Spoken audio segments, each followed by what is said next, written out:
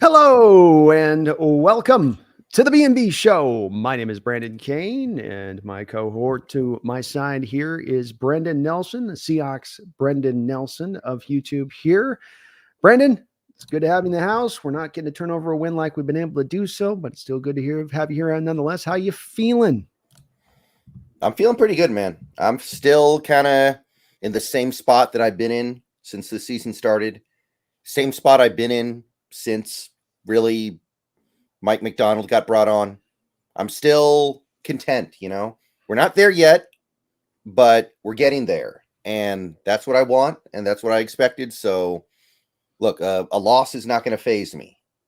A loss like that, it's not going to get to me the way that maybe it would have in previous years.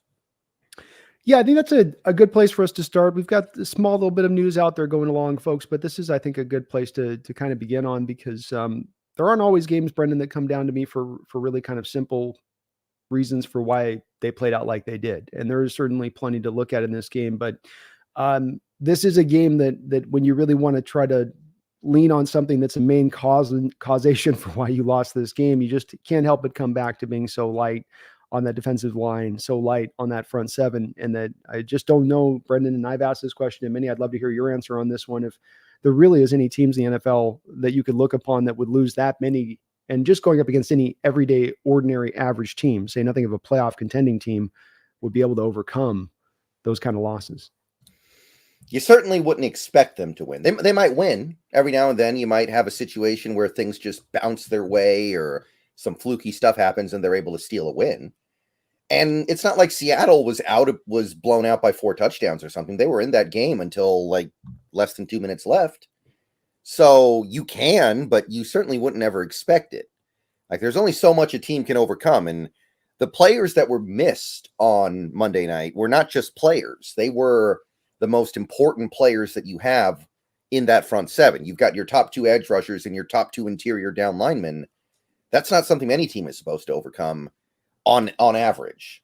So look, people are, if you want to come out of that game and say that, injuries aside, missing players aside, Mike McDonald kind of got his pants pulled down by Ben Johnson, you'd have a point. But that's also part of the process that we're in right now with this rookie head coach, the youngest head coach in the league. He's going to get his pants pulled down a couple of times.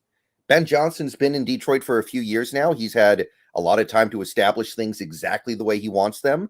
He's a coordinator, so he's able to focus only on the offense.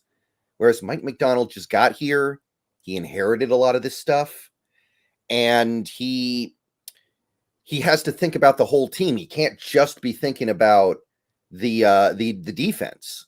So, of course, Ben Johnson's going to be a little bit ahead in situations like this. So, even that part of it, where I agree, it seemed like every time McDonald dialed up a blitz, Ben Johnson knew it was coming and had the perfect counter to it. Sure.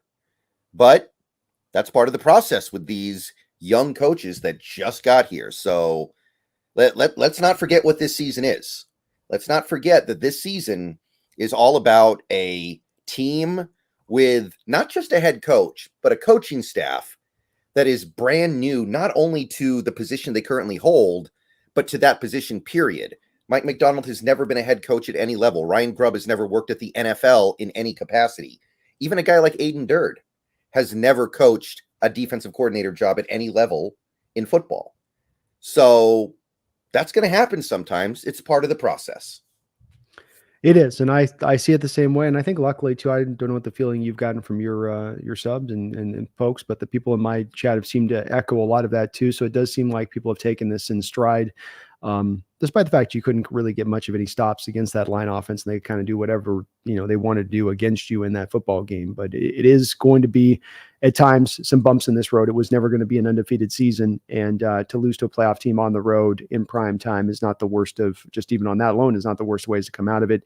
You did mention about the offense, and they were at least giving you definitely a silver lining coming out of this gate as they played their best performance of the season. Geno Smith continues to ascend even further beyond where people had him. But what's your take from the offense coming out of this one?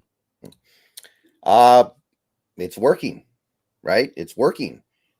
I mean, for years now, I don't know how far back it goes. You could probably go back to, I don't know, 2019 or 2020 or so.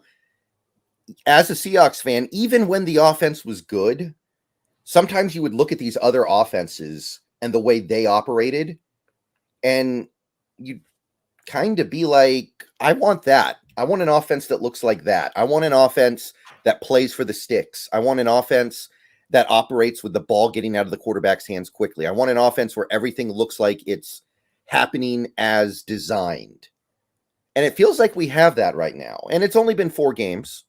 And I'm sure there are going to be games in the future where we don't necessarily feel that way. But watching that game, not only was it really productive, and we had productive games with Waldron, we had productive games with Schottenheimer, but it felt more orderly and planned out and organized than it did under those coordinators, I think. So that stuff is absolutely working. And I think we're not even really all the way into it, because there are plays where you see magic happening down the field with these receivers, and Geno just can't let the play develop in full because he's got to get the ball out of his hands quickly. But if this offensive line can just step it up a little bit to where they're average or even slightly below average, there's going to be some really cool stuff happening. And we saw some of that on Monday night because the offensive line did play a little bit better. So I think we're almost there. I'm really happy, not just with the results of the offense in this game, but the process. It looks like it's working to me. Yes, me as well. And I think it is still in its working state coming along, but you do see the benefits of what it brings and how it attacks and its willingness to kind of hit you all over the place on the field and be so varied in the approach. Brendan, I like we've already seen at times some adjustments built in here, sometimes to go back to the running game like they did in the second half of the Denver game. I thought in this game, it was a lot of, yes, going back to the run at times in the second half, but it was also going back to the run with the purpose of attacking to the edges and going to a certain spot on the field that you were going to go after with Detroit, and really working Walker in that way. And that's part of what you've gotten with Grubb, is not only seemingly a pretty good game plan, but he also seems to be able to adjust throughout the ball game, and the hook and ladder play that he called, and understanding, how hard it had been for them to get the conversions on that stuff. To me, I just have been very impressed by him. And Brendan, you watch what Kingsbury's now doing out there in Washington and with what Grubb's doing here, and it does just a little bit for my mind. Just makes me wonder a little bit as far as, is the air raid system are we kind of at the beginning stages here of the air raid finally being fully kind of adopted on into the NFL in a way where it's only been slightly in parts and bits been adopted on prior? Yeah. Or maybe it's even a little bit of like that Chip Kelly offense, right? That didn't totally latch on the first time. Maybe we're starting to see stuff like that, because it sure seems like the Seahawks can do no wrong when they're going fast. Like during those moments in a game where Geno's just taking the offense up to the line and snapping it, sure feels like there's just not much that the defense can do, because he's making decisions so quickly and so correctly right now, over and over and over again. Agreed. I think that it's a big, and another place you mentioned there that you've got to give Grubb a lot of credit for, because we have a lot of offensive coaches that would want to be using up that offensive time, right, to get to the right play call. Like, I ain't getting you the line with a quick play call. I want to give you the brilliant play call, and then you go up and execute it. And if there's 10 seconds on the play clock, so be it. Execute my design. A lot of OCs, I think, go like that. But with Geno, he's understanding the power he has in Geno, who's really at his most comfortable to do it. And there's moments where they're catching him in bad personnel groupings where Geno can really attack it, be it either in the run or the pass. And just another part where Grubb has been very intelligent in his approach in getting the most out of this offense, I think, so far in the process of them onboarding it, Brendan, like you said, where you can see they're not through all the ends and this and that. And certainly he doesn't have the kind of pass protection here in Seattle he had at UW to allow Penix to hit some of those long developing routes down the field last season. And like you say, you only wonder what happens once you get that kind of more on lockdown and not even up to a point of dominance, but just merely, as you said, middle of the road, slightly below it. That would be a huge leap from where they've been. Right. And it's starting to happen. That game, it was better. I know it doesn't necessarily look better, but we also have to consider circumstances, right? We're talking about a game where you had to drop back 60 plus times because you were playing from behind, and trying to pass block when you're down multiple scores is the worst. Like any offensive lineman will tell you that if we're down multiple scores and we're trying to pass block, that's the worst situation you can be in. When the defense knows what's coming, They know you have to throw, and they're right. Like that's something that you really cannot reliably expect to overcome as an offensive line. And it wasn't bad. There were problems, most of them coming from your third string right tackle, by the way, which is totally understandable. He's your third string right tackle. But I remain very excited about where this offense is headed. And in a league where it feels like, generally speaking, offense is kind of down, this, by the end of the year, could very well end up being one of the 3 or 4 best offenses in the league. It will not surprise me at all if we get there. Nor would it me that you get to see a guy like Geno Smith dealing with as bad as the pass protection's been, leading the league in yardage and not doing it playing from behind, really. This one game you were doing it, but most of these games you've been actually riding kind of in front. And he's accomplishing that. You do dream a little bit about the potential of the offense once this just one part gets a little bit more cinched down from being, again, in the league quarters place. There's nowhere to go, Brendan, but up at this point as far as that unit. I agree with you. It was a little bit marginally better. It's just those attempts, and you had to do the attempts because your defense couldn't get any stops. And we come back around to what's the main reason you lose the game. So it just becomes, it puts everything, I think, in a bit of a different perspective when you say that other losses in that way, where you might have those other bigger concerns coming out of it from things that will continue to persist beyond that game. Yeah, I'm very excited about where this is going. Detroit doesn't have the best defense, but I don't think it's, they've got Aiden Hutchinson might be defensive player of the year if the season ended right now, right? He's I don't know who else it would be. It would probably be him. They got some good players on that defensive side of the ball, and we're playing on the road. It's Monday night. Like, that's not a terrible defense at all. So I take a lot from that game. And I feel like we can say that at this moment, the Ryan Grubb experiment is working. It is. Absolutely it is. So, well, a little bit about some good to come out of the other end of this. We didn't come out with any major injuries out of this. It sounds like the Julian Love thigh bruise thing is going to be okay. Was there any other major takeaways you had from this game? I mean, I think that summed it up fairly well, right? I think that if you really wanted to, you could dial up some criticisms of the game that McDonald had. I do think it would be fair to say that it was a little too loose, no matter who's out. Like there were some coverage busts. His attempts to blitz usually got, stymied. So I think there's a little bit you could do there, but at the same time, what I keep saying is let's remember what this season is.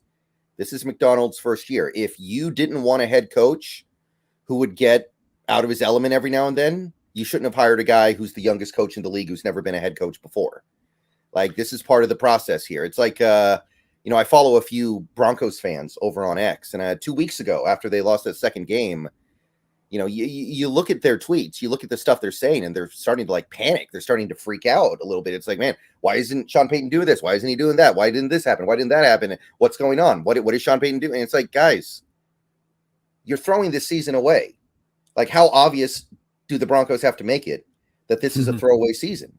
You cut Tim Patrick and Samaje Perine before the season started because you're throwing this season away. Why would you freak out about starting 0-2 in that circumstance? Remember what this season is. And that's what I would say to Seahawks fans right now. This is not the we're all in to go win the Super Bowl this year. It's just not. So things like this are going to happen. So I would have loved to have won that game, and there were some opportunities to win that game, but we were not going to go undefeated this year. I mean, nobody goes undefeated, right? They tried that once or twice, and it never works. It doesn't. It's too much of a sport, and hell, we're seeing in the league right now, Brendan, with there only being, I think, 2 undefeated teams left, and 2 teams that are not gotten a win left as well, or 3 teams left that doesn't have a win. It's a lot of 2-2s. It's just Jaguars, right? Just it might be just one. So that's indicative you're through 4 weeks, and that's the case. That shows you again that parity in this sport is live and well, and that's going to mean that you ain't going to go out there and get some 15, 16 wins. It's just not going to happen like that, and we've got to be patient with it. So I'm with you. I do think there was a little bit of a strangeness in the play calling. I think that's a valid criticism from this one. I get if you're undermanned. I thought that they could have done a little bit more, Brendan, of, damn the torpedoes. Let's bring some more stacked boxes. The blitzes were a little bit more of those 5-man varieties, and there wasn't a lot of exotic stuff they were doing with the fronts in this game. And I'm sure McDonald had his reasons, but it did seem to me like this would be a game where you'd sort of shoot your load a little bit here with this, Brendan, because of the fact that if you did and you got bit, nobody would pipe up about it or be mad about it. You could try out a lot of different things, if anything, in this kind of game, because people would say, hey, we understand you're down the guys. You're trying to do what you can do. Yeah, it felt like every time we tried to blitz, though, Detroit just had our number, I will admit. So, but the blitzes weren't coming from a stacked front. So it'd be like they'd run a 4-man front and then they'd run this lazy Devin Witherspoon corner blitz off the edge. Like what I'm talking about is you're running the stack fronts, you're running the zone blitzes, you're bringing from this side, you're dropping to the other side. I mean, things that we've seen tangentially within this McDonald's scheme, a variety of different places over. And that stuff to me was fully missing in this game, Brendan, where it was just 4-man fronts. And as we've seen in the past, when you're running those 4-man fronts and then you bring that 5th blitzer through on kind of a fire zone blitz, it doesn't have that great of effect because an offensive line has 5 offensive line players. You have 4 defensive line players. You bring the 5th, and they have a running back in the backfield. They're technically going to have an extra man to block you up and still double somebody up on that defensive line. I don't mind occasional 5-man blitzes, but that was the only kind that we were really bringing in this game. And so to me, it's like, that's not the type of blitz I'm talking about. I'm talking about truly committing at times to some blitzes there and truly committing to run into some man coverage concepts on the back end because you were also in zone a high amount of the time in this game. And the play that you got beat on Jamison Williams was pure zone all the way across the board. Mm-hmm. Yeah, there was some, I agree. There was some stuff I didn't appreciate from McDonald in this game, but even that, it's part of the process. It is for sure. A couple of little notes here. Lou, thank you for becoming a member of the channel. Greg Cates as well. Thank you for becoming a member of the channel as well. I think this one might or might not be on mine or your end. I can never tell. Let me take a look here. It's on your end. All right. Well, thank you for that, Greg. I appreciate you. And Lou, you as well. Welcome aboard. Thank you guys. Kind gentleman for doing that. Dylan Sosa, thank you for the $2 donation. Says this game reminded me of the Dallas game last year. Yeah. I mean, that one was more inexcusable because you had most of your players on defense. They just couldn't do anything right. That one was a lot more aggravating than this one. This one, there was no point in that game where I got mad. I actually found, which is rare for me these days. Yeah, it was harder for me to get mad too. I think like you, I kind of walked into it. I mean, I predicted we were going to lose the game. I walked into it kind of pretty steeled in my understanding of what this was going to play out like. So you just kind of were rolling with it. And to your point, again, back to it, and you're going to harp on it a lot, but I think it's something we said in the offseason, we're going to probably have to remind fans of over and over again, is that this is the first year of McDonald. We're hoping they can reach to a contending stage, but there's no guarantee of this. And it's also a process. And if it is one that's going to take a little bit of working out some of these wrinkles, we should be patient with it because expect that that's part of what's, going to go down. But yeah, this was a game a lot like Dallas there, where they were just, each side was scoring. You were having to stay with them. And when you got to do that as an offense, eventually it's going to come down to a potential game-changing play that clips you at that point in time. So yeah, I like that comp, Dylan. That's good. Yeah. Yeah. That game drove me nuts though. This game was just like, all right, on to the next one. Yeah, it was. That one was a lot worse. That was the one you had Jamal Adams out in coverage on the edge, and you had the bad tackling was throughout, and the scheme was just getting diced up. So it was different in that way. But yeah, and I mean, both games are instances where you're a little annoyed because the way Geno played, he deserved to get the win, and you couldn't get him the win in that circumstance. It's like, my God, man. And that's the case this week as well, with this game as well, admittedly. But I think it's a little bit different when you're missing that many guys and you were ready for something like that to maybe happen. Now, 18 for 18, I don't know if that should ever happen. I don't know if that's something you should ever be okay with under any circumstance. But, at the end of the day, it's not going to count for extra losses because we let them go 18 for 18. Actually, I think it was 19 for 19 because of the trick play. But, it's a loss. It's a loss. And it's the NFL. This isn't college football, right? College football, how bad the loss is will actually affect you because you have humans voting at the end of the year on who should get into the playoff and who shouldn't. This is just football. A loss is a loss. It's true. No, it's absolutely true. Plus, you had that Dallas game, the exclamation point with leaving Micah Parsons unblocked at the end after Geno had the Herculean. He'd been a hero throughout the game, and then you leave their most dangerous guy unblocked on the play and ask him to deal with that at the end as he's trying to make something stand. But yeah, good points there. Senior Tiny Baby Goats, thank you for the $2 donation. I love that name as well. He says, you guys rock. Well, you rock for that donation. I appreciate you for that. Thank you so much. Yeah, thank you, Tiny Baby Goats. Magic Vlogs with a $2 donation. Thanks, Magic Vlogs. Going to the game this week. First home game. Well, decent enough game to go. You're going a good time of year. The weather should still be pretty nice out there. And get down there early, man. Take it in. Take in the ambiance. Get in the drum lines outside. Just kind of don't ever get there last minute on that. But have fun, man. Magic Vlogs. And congrats on getting a chance to go to the game. But, when we're up 30 points in the fourth quarter and you see everybody filtering out of the stadium, just be prepared for, you're going to be thinking about that line to get back on I-5. That part's not going to be fun. Just steel yourself for that moment. That's why you just got to hang out in downtown and go have a beer and let it all filter out. And then you get out and you actually end up beating the traffic because they've all spent all their time doing that. And finally all pitters out and you just go home at that point. That's the way you roll that. Go to the Cheesecake Factory. See? Yeah. Get a nice, good meal. I mean, that's the way to roll it. That's the smart way to roll it. Right. Thank you, Magic. Appreciate you, brother. Eric Tams, thank you for the $10 donation. Eric, very kind of you, man. Appreciate you. Looking forward to this Giants game. Wish we could see our guys match up against neighbors. It's a good time to mention on this. It does look like the odds are, what we got? We go, Brennan, we go 4% right now, neighbors plays. You going to put an odd on it? Yeah, he certainly shouldn't, right? Like if you're still in the intermediate parts of concussion protocol on Thursday, there's no way you should be in a football game on Sunday. That's just irresponsible. With a really good player, by the way. He might already be a top 10 receiver in the league. Probably is. You just look at what the Colts did with Richardson, right? Richardson goes out in the game after last year. I mean, the stupidity, Brendan, of organizations throughout this sport, it never boggles my mind at how dumb some of these people can be. Last year, you run a read option with Anthony Richardson. He gets his shoulder hurt, keeping the read option. You come back in this game this last week, he has a waist injury, a hip injury on a play, comes off the field for a play, comes right back out. They call another read option play for him. He gets injured even further than on that play off the read option. So you're right about it's not what they should do. And you look at it from a Giant perspective, he's legit. You guys hit that pick out of the park. He's part of whatever foundation you guys put together, as you now have to re-put together for like the 15th time in 4 years. But you don't want to force him back out there. You don't want to get him out there fast. It's going to increase the potential of concussions. You want to be thinking long-term here with neighbors because you're not doing jack diddly squat this season and from a Giants perspective. Yeah. I mean, by the way, also not practicing yet this week was Singletary, who that's basically their whole offense. If you got no neighbors and you got no Singletary, what do you got on offense? You got Darius Slayton, who should have been out of the league 2 years ago, probably. You've got it's all Jalen.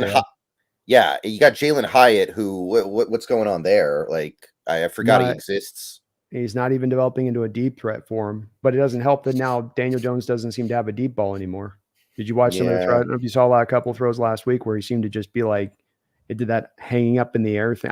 It may be just a one game thing with him. He usually has a pretty strong arm, but like he had a couple throws last week where the ball just did that thing, Brendan, where it'll do with guys who don't have the arm strength, where it just goes, and it gets there, but it like gets there on the, we had to slow down the flight to save gas to get the ball to the spot kind of thing going on a little bit.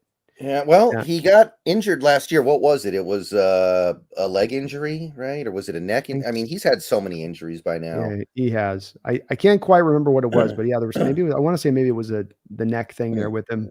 But they were peppering Wandale last week they were obviously going to neighbors a ton, but then it was neighbors to Wandale, so they go into the slot, and Wandale's he's all right. Like there's some drops in there. There's some stuff, he's not super dynamic with the ball in his hands, but he's functional as a slot. But that's a slot. And last year, Brendan, they had, if I'm not mistaken, they had Saquon last year when they came into our house. And that's gone, saying nothing of Singletary if he's out. So I'm thinking, did they have Saquon? I think they did. I want to say they did. I want to say there was a couple of times in there that he had a little bit that he was able to do against us, where they manufacture. But long day at the office there for Dan Jones and the boy, by the look of it, for me, even with our defense potentially not at full strength. Yeah. I mean, I think we're going to have almost everybody back, though. It sounds like we're getting everybody except Murphy. And I know that there were a lot of Seahawks fans that were saying things like, oh, we should rest everybody again this week because we're going to beat the Giants anyway, and we can get them ready for San Fran. And the team is not going to do that. The team is not going to do that just because. They'll do it if the players need it, but they're not going to they're not going to do the thing where they empty out the benches because they know they're going to win. This isn't college football. I don't think they're taking this game that lightly. I don't think you can do that. I agree with you. I just don't think you can play it that way. I agreed with them doing the Monday night thing, but that was with the holding out guys that probably could have played. But that was a necessity thing where you just 3 games, 11 nights, you had to do it. It was not a matter of like, well, if we really feel, no, you have to do that move. On this case now, you've done the move that you had to do. This one's now, okay, this has got to be taken seriously. Let's get this dub and keep it moving at that point. And you can't still trust you're just going to walk over a Giants team. And so I'm with them on that. I like the fact that they're bringing them out there. And what you really want to see, right, Brendan, is get out ahead of them, then get those guys back to resting state. So, that's the hope here, is that you can just jump out 3 touchdowns and then everybody goes on the bench and you're like, okay, we got them all just a quick little like in there and out. Mm-hmm. Chenna, you got 30 snaps and you'll be good for the Niners, not overdone next week. Right. I could see something like that for sure. But the Giants might be bad. I don't think they're terrible this year. I think they've actually made some improvements this year from last year. Although a lot of those improvements would go out the door if they don't have Neighbors and they don't have Singletary. So we'll see who they end up having. They definitely, they got maybe a little more defensively to give you this year than they potentially had last year too. So there's that part we'll talk and we'll break down the game, but it is one where we walk into this very much in a position to be able to take care of business here in a major way to set the stage for that Thursday night game in a couple of different fashions. So good to have those guys back though, as I think it is, again, back to your point, I think it's the smart move on the team's part now. You did the rest. Now bring them out. And thank you, Eric, for that donation. Mumbles, thank you for the membership. Thanks for rejoining, Mumbles. This one's on my side, so thank you, Back Mumbles. to you. I appreciate that. Thank you for joining up on the Seahawks, Brendan Nelson. And folks, please do, either side you're on here, whether you're on Seahawks, Brendan Nelson, or watching from my end on the Hawks Nest, hit that like button if you could. Sub up on both sides as well if you get a chance. Would really appreciate it. Mumbles also with a $2 donation says, it's felt like a vintage 2023 Seahawks defense. Mm-hmm. It kind of did to me. How about you, Brennan, on this last performance? Just by the styling, not as much by just the performance, but the styling by which they got after you. Little bit. I'd say that's a pretty good comp. There weren't that many missed tackles, honestly. I think that's worth pointing out here. Like PFF only gave them 7 the whole game. Now, they didn't run that many plays, so it's not great. Like, it would be one thing if they ran 65 plays and you missed 7 tackles. But to your point, I think 4 of them happened on that stupid ass Montgomery play. Yeah, that's kind of the thing. It's like the what was it, Gibson run against New England, where we missed like 4 tackles on that play. We maybe had 3 or 4 missed tackles the whole rest of the game. Yeah. No, that part was better. That part was better. It was more just to me, that front 4 stuff and you can run on us and you can pass on us. You can do whatever you want to do. And then we're kind of being a little bit almost tentative in our approach defensively from an aggression standpoint in how we felt. That part was the echoes to me of the Hawks defense. But you're right about the tackling wasn't necessarily as bad. It was just those type of things to me kind of stood out. Right. It was something that was a little easier to swallow, I think, because, last year the Seahawks would have a game like that against anybody. We had a game like that against Mason Rudolph. We had a game like that against the Steelers, who had a bottom 6 offense last year, I think. Right, at home in a must-win game, in a basically playoff game. That was basically a playoff game. And this year, doing it on the road Monday night against Detroit, who may end up having. I mean, I don't know. The first 3 games weren't great, but by the end of the year, they might have a top 3 offense in this league. I can get over that a little bit easier.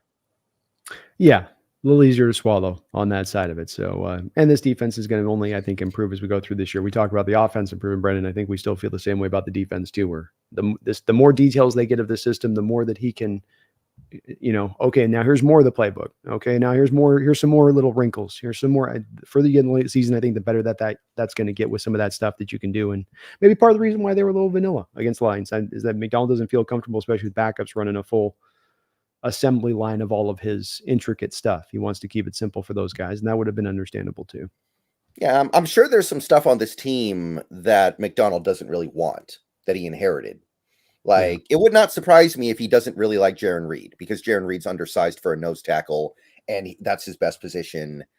It wouldn't surprise me if McDonald is like, man, I can't wait to get a replacement in here for Reed, somebody who fits my style a little bit more, because I looked at those Baltimore years where he was there. It felt like everybody they had up front was a bigger guy, all 300 plus pounds. So it wouldn't shock me if he looks at a guy like Reed and he's like, oh man, I got to play that guy 40 snaps tonight. Okay. So, there's stuff like that too. This offseason, he's going to have a chance to get rid of the stuff that he doesn't want. Very true. And a very good Mel could be the place. All these type of defense, the 3-4, whether they're running pure 3-4, they got the 2 down linemen is operating within sort of the 3-4 roles that they would be, even though you're not a 3-4 look, would be one you want those bigger guys. Like Belichick said, he wants the big butt guys that really force the teams to double block so that those linebackers can run free behind them. Mm-hmm. Absolutely. Thank you, Mumbles. Appreciate you for the membership over there to Brendan and the donation. Magic Vlogs, another $2 donation. He says, I'm taking the train from the airport. Ooh, I like that. All right. That's a little bit better. Yeah. Well, then all the more reason to get down there. Well, obviously you might get off a flight, so whenever there, but get down there, enjoy it. And hopefully you're not rushed to have to get back right on a plane or whatnot. But that's a great way to do it, man. You bypass the traffic is a huge part of being, if you can do that and go to the game, that's a huge bonus, huge less amount of stress you have to deal with if that can be the case. Yeah. When I was a teenager, I went to the Seahawks Rams playoff game, the one we lost, the one the year before we went to the Super Bowl. And back then, I don't know if it's still this way or not, but you could take the Sounder train up from the south, and it was really easy. You just hop on the train for the game, and then there's a train that goes back after the game's over. It was great. And I don't know if they still do it or not, but it's very nice for sure. I think they do. I mean, I took that same train I'd take from when I was in Mukilteo and come up to Seattle to work. I take that same train. I think they do have it. It doesn't have as many seats though, so it's like, I think it's limited as far as the capacity goes. But man, that's a much better way than having to do with the traffic down there. And especially now, as it just seems more and more like it's less and less spaces and spots to be able to go and park from sometimes when you get down there. Mm-hmm. It's a little tight. Right. I have fun there, Magic. Oh, yeah. Appreciate you. Upo, thank you for the $10 donation. Upo, he says, hey, guys, McDonald's got schooled because Ben Johnson knew how to create coverage mismatches. The fact that Dotson ever had cover responsibilities on Amon-Ra is bad. McDonald would learn, though. Definitely a fair argument. Dodson did not play a particularly good game, by the way, although I do wonder if he's somewhat less than 100% because he is showing up on the injury report every week. That's probably not helping. But this is where I do acknowledge that there is an argument to be made that game was about more than just injuries, where, we did kind of get, Mike McDonald decisively lost that battle against Ben Johnson. I do think that there's a little bit of truth there, but I don't know. I just can't get my feelings aren't too hurt about it because again, first year as a head coach. Ben Johnson's been in Detroit for what, 4 years now? This is his 4th year or 3rd year? Which one? Mm-hmm. I think it's 3rd year fully. Yeah. Mm-hmm. Right. So it's going to happen. Mistakes happen, but I do think that there were some things that he could have done better in this game, and I think that he acknowledged that as much in the post-game press conferences.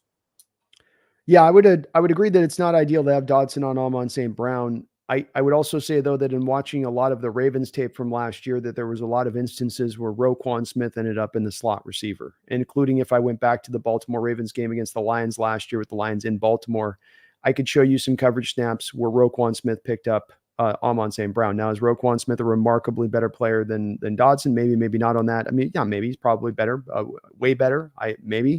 But I think that there's also within this defense the want on this Upo to where he wants his guys to drive into different roles. So he wants an outside corner with an ability to play single high safety. He's going to want a linebacker to be able to check into to taking on that slot from time to time.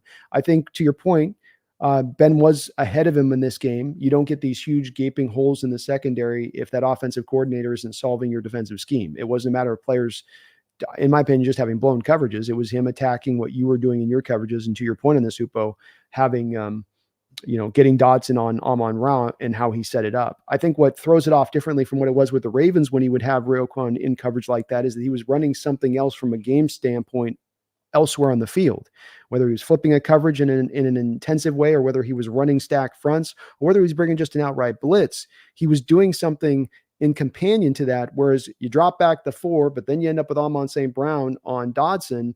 And so now, you're giving Goff all that time in the world to assess and go find that mismatch. Whereas if you're giving some heat or you're making him think at the line of scrimmage, you're not providing him as much ease to find that mismatch like you were in this game.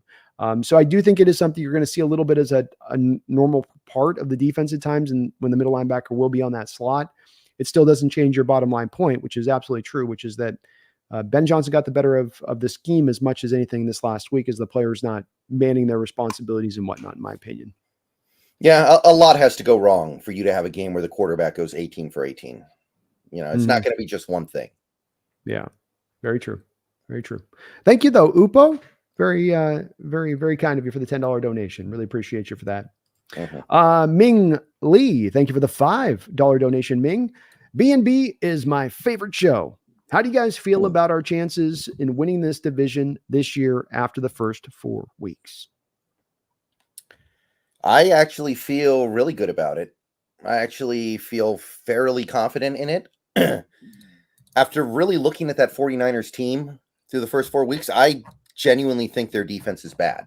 Like, I think that's a bad defense, and I don't think there's much they can do to fix it right now.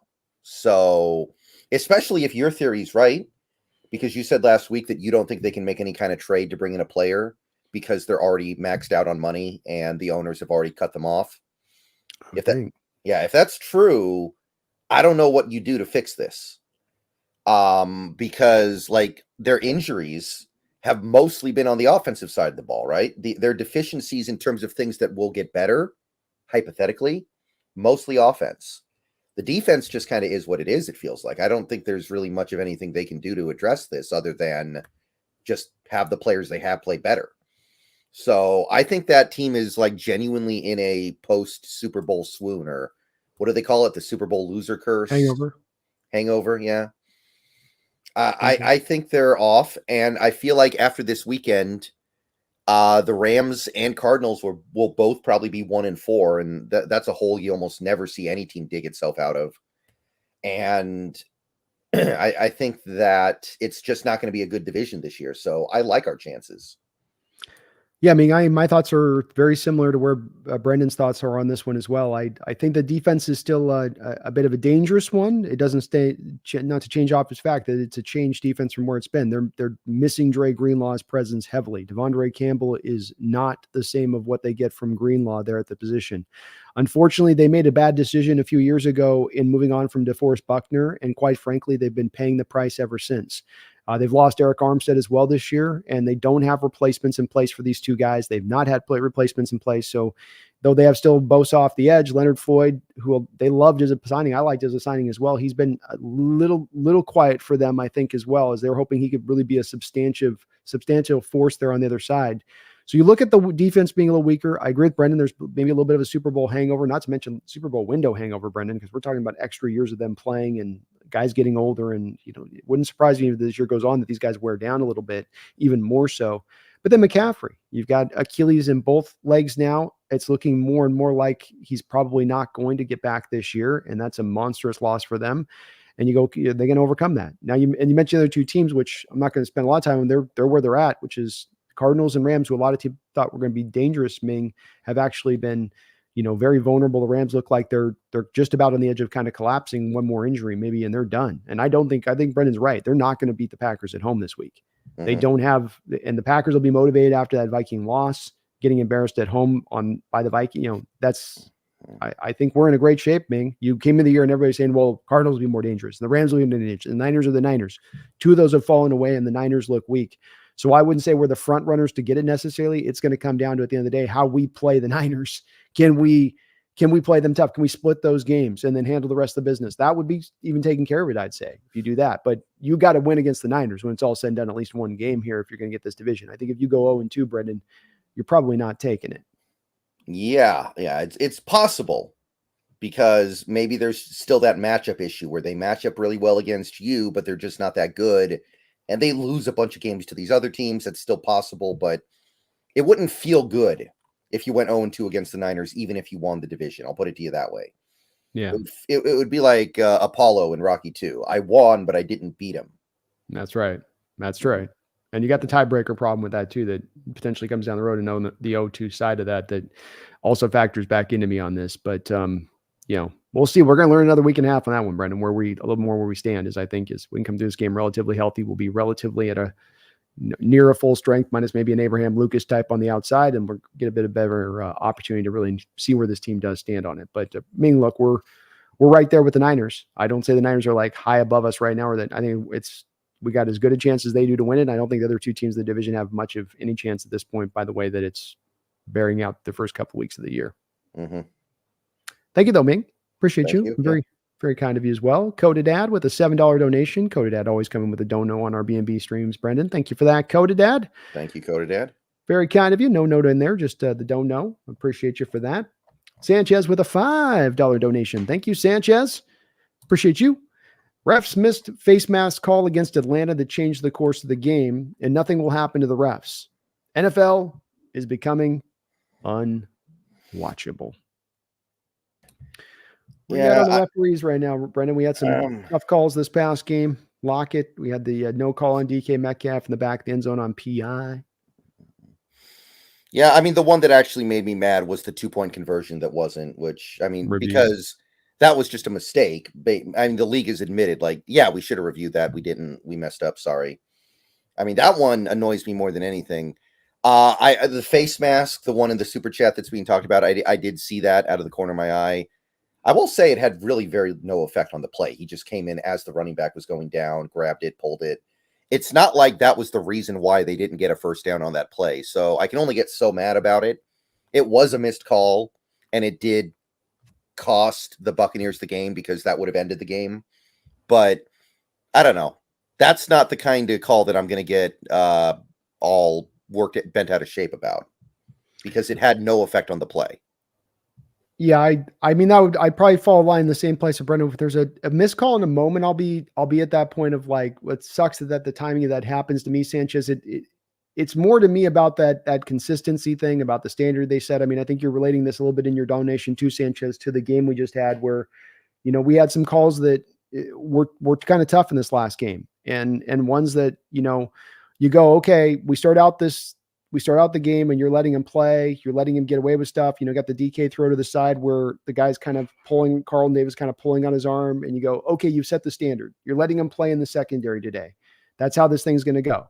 And then you kind of come into moments and decide, no, wait, in the third quarter, we're going to play it like we're not going to let him play. We're going to change the standard of what we set for the day. And that's my issue, is these officiating crews that can't remain consistent throughout the course of the game and what they're calling and how they're calling it. So the players don't know what is and what is not a penalty at that point, because not every officiating crew seems to be a little bit different in how they look at and call the game. And I think it is becoming an issue, Brendan. It does come back to one. I don't know that the NFL is really all that interested in solving this problem. I think you can make an argument to them that, I just don't, there's things they could do very easily to fix it, like full-time refs, eye in the sky, but they refuse to do that type of stuff. And I come back to, they're not that interested in fixing it then. Yeah, I mean, they did implement that one thing this year where they do like replay assistance, and that's more of an expedite thing more than it is trying to get the calls more right. I do like it. I think it's good. Sure. They will occasionally overturn a play without a challenge by just having somebody in the booth looking everything over and being like, hey, you definitely missed this one. You can just correct this and move on now. We don't need to waste 5 minutes on this. But yeah, there are some elements of this that are certainly very frustrating.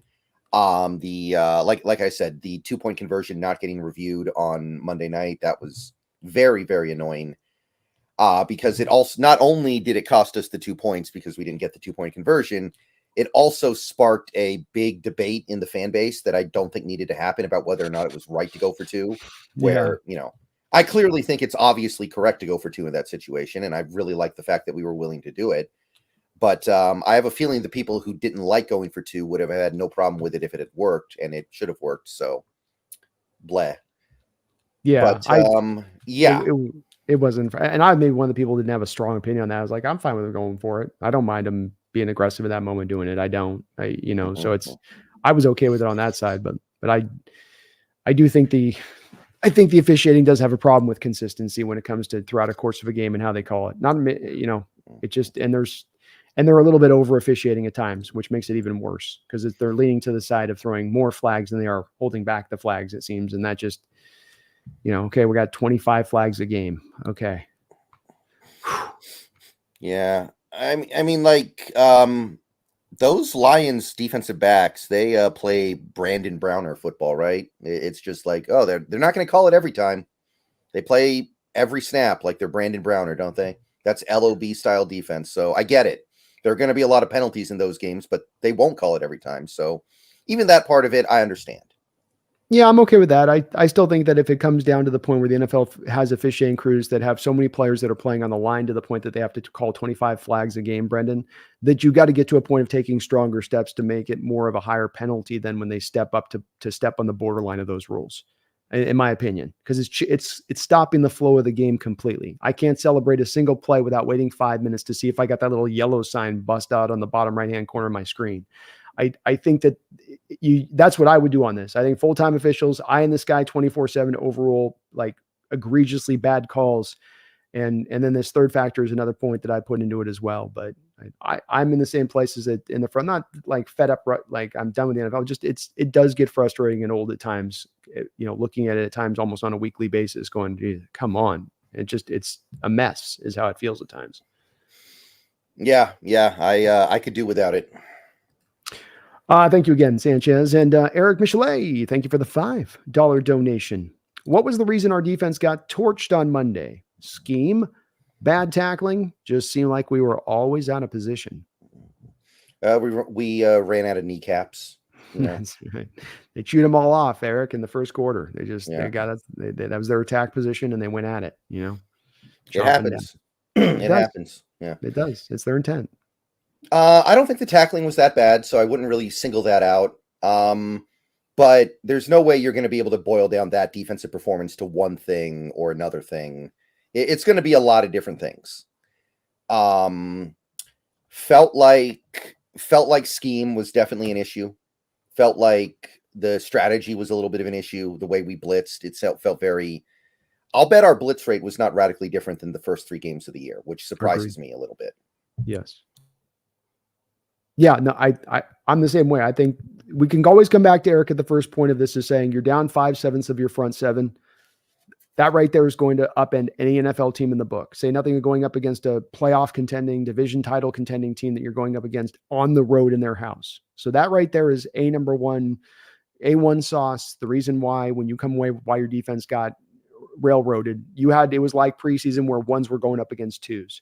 So you had a lack of talent out there right on the front of it. I don't think Brendan just spoke about this, though. I think you can't also undersell the fact that there was a little bit of a tentativeness in your approach defensively and how you attacked in this game, a lack of aggression, a lack of trying to manufacture things for this undermanned crew on defense that also has to probably factor into some of the reasoning here. As to why Mike McDonald went down that road, I don't know necessarily. He has his reasons and probably they're good ones, but it does seem to be apparent that that's also a part of this puzzle. I agree with Brendan. I don't think the tackling was as much an issue. The one play where it was really bad was awful, but otherwise it was okay for the most part. Yeah. It's a few different things. Like another factor could have been a lot of people think that Witherspoon got concussed on that Montgomery play because he was not himself after that play, and he looked lost a few times. That was part of it too. Like it's a lot of different things. You're not going to pinpoint a game where you get beat up like that. You give up 42 points. A lot had to go wrong there. And some of it was personnel, and maybe that affects the blitzing. Maybe you're like, well, I got a bunch of backups in at linebacker. I got backups on the defensive line. I don't want to ask these guys to run stunts. I don't want to ask these guys to drop back into coverage. I want to keep everything simple because simple might be all they can do. Maybe that's part of it too. I think it's a fair reasoning, especially thinking about a guy like Travis Gibson that wasn't here throughout training camp. There was a late arriving guy that was going to eat, his share of snaps out there and what he needed to do. So I think it's all of that kind of baked in there a little bit, Eric. But again, at the forefront of this, if you got your starters out there, does that game go the same way? Do you give up 42 points? No, you probably get a couple stops in there at least. You probably keep them more into the maybe high 20s, but you give yourself way more of a chance in this game to go out there and win that at that point. So that still ends up to me the most important takeaway from anything else on that side of it. But thank you, Eric. I appreciate you for that. Long live the king. Thank you for the $5 donation. Very kind of you guys tonight on the support. Really appreciate it. Dan Campbell ran out of game balls for Goff. Reports are he walked to Seattle's locker room and gave Geno the last one. Yeah. You saw the Dan Campbell postgame thing, right? Where he was like, they told him that Goff had a perfect game, and he said, "I actually didn't know, and I feel really bad now because I didn't give him the game ball." I was like, "Well, now I guess I should have." Who is he giving the game ball at that point to? Montgomery, I guess. Maybe Hutchinson. Hutchinson was had 800 pressures in that game. He just never. That's true. Yeah. Although it is a weird thing where he doesn't even get on the stat sheet, so I don't know how you give him the game ball. Maybe. Gosh, who else could it be? Amon-Ra, he threw his first career touchdown, caught a touchdown, maybe. That's probably one. That's maybe one that went to. So that makes some sense. I will say, excuse me, that one thing that came out of that game for the first time ever, I feel like there are people out there that don't pay a lot of attention to the Seahawks that are finally starting to figure this Geno Smith thing out. Skip Bayless, somebody like a Skip Bayless is tweeting out during that game, "Man, I can't believe how good Geno's playing. He looks so good right now." You got Grant Cohn tweeting out after that game, "I was wrong about Geno Smith. He's really good." You got all these people in the national media who, in fairness, I want to be clear about this, they don't watch every Seahawks game. They watch occasional Seahawks game. They see highlights. They look at stats and they call it good, because who has time to watch every single game? They're starting to take notice. They're starting to figure this out. And that's kind of cool, right? Now, a win would be better than that, but I am starting to notice that people are starting to pay attention to what's going on here with Geno Smith. I agree. I'm sensing the same thing where maybe we're finally seeing what has been a narrative, Brendan, that cannot be moved as though it is a monolith the size of a football stadium. But now we're finally maybe seeing some inching now of this narrative that has been so firmly said in those people that are the anti-Geno folks starting to shift a little bit. I think he's kind of taken it to the point now where you just, to deny it at this point and is to be blind, is to be blind as a person that appreciates and likes football. If you have any sort of idea that you think you're smart at looking at what you're seeing on the field and seeing it accurately at that, I don't know how now you can get to this place of it and watching him play with the 31st, 29th, whatever back end offensive performance as far as that line goes. I know the line overall performance is up because of the run blocking, but that pass protection remains exactly right around where it's basically been. And yet he's leading the league in passing yardage. And again, not doing it from throwing from behind, doing it where it's as hard as it could be. And quarterbacks don't perform well in that environment. I know I say it one time, I've said it a million times, Brendan, but I think it's one that people that are the anti-Geno folks will not hear this thing. They will not listen to this part. They'll sort of undersell this part. If I, as a quarterback, am absolutely under an avalanche of pressure constantly, not consistently, not every once in a while, not a lot, constantly under an inundation of pressure, I will fail at my job. That is how it is, in my opinion, for 99% of the quarterbacks out there. We can talk about, does he elevate? Is he Josh? You can get caught up in all that. But the bottom line is in me and watching my history of watching quarterbacks play, when they're dealing with this kind of pressure, typically they fail and they crash and they burn. And it is not pretty, Brendan. And yet he's succeeding. He's elevating. And I think that's what makes it undeniable to these folks. Yeah, I agree. And, I don't really care if fans of other teams don't get the Geno thing, right? Yeah. Like you go on the round table every week now, and those guys don't get it, but that's whatever. A big part of the reason why they do that is they don't watch every Seahawks game. I guarantee you that what's the name of the Cardinals guy on round table? Mike. Yeah, he probably doesn't watch every single play of every Seahawks game. I seriously doubt that. I would guess you're probably right. I would say he's probably watched very little Geno. Yeah. What bothers me about the Geno thing, and this is starting to melt away too, admittedly, his own fan base doesn't understand how good he is. I pay attention to a lot of football fans of various teams out there, and I feel like there are two fan bases right now that do not understand how good they have it with their current quarterback, and one of them is the Seahawks, and I don't like that. We as a fan base should be smart enough to know we've got a really good one right now. Maybe we don't have the best one, but we got a really good one who is playing some remarkable football right now. And again, if other fan bases don't want to see it, that's fine. But I really don't like how this fan base doesn't seem to realize what's going on here. Because it's not like this fan base doesn't know how to blame a quarterback's struggles on the offensive line. That's all we did for like 8 years when Russell Wilson was here. So we know how to do it. Yeah.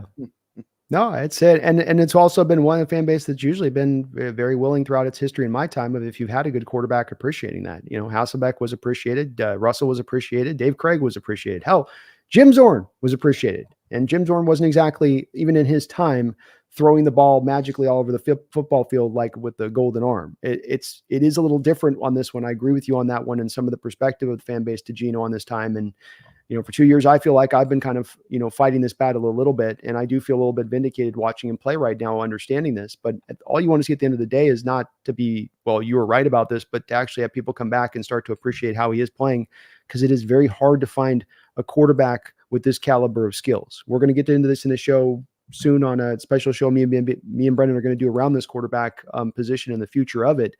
But that's the part really what I'm trying to push for when I'm pushing for the Geno support is not to have everybody sit there and do the, I am not worthy Geno. I am not worthy Geno. That's not what I'm trying to do. It's more of appreciate what we've gotten and let's consider what we have and what we need to do with this thing now we have. You know, is this part of the future? Is it not? Because that's for a lot of people, none of the discussion. It's all for them in the discussion in this, Geno, of matter of time before he's gone, matter of time before they got to move him on. Shouldn't Sam Howell be put in, you know, now it's more of that you're getting from those folks.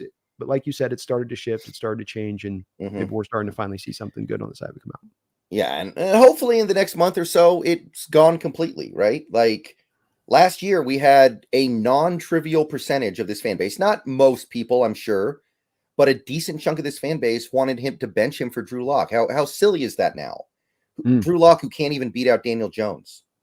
Yeah. Drew Lock, who every time he goes into the game, it seems like the team just immediately rips out 80% of their playbook and simplifies everything because he can't run an offense.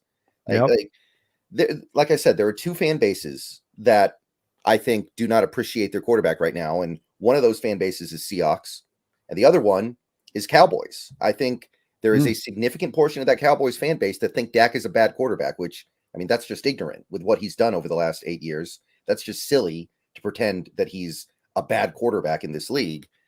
But that's the only other fan base. Every other fan base, I feel like either has a accurate grasp of how good their quarterback is, or they overrate their quarterback. Like you know, Niners fans with Purdy. Niners fans probably think Purdy's a top 3 quarterback right now, and we know he's not.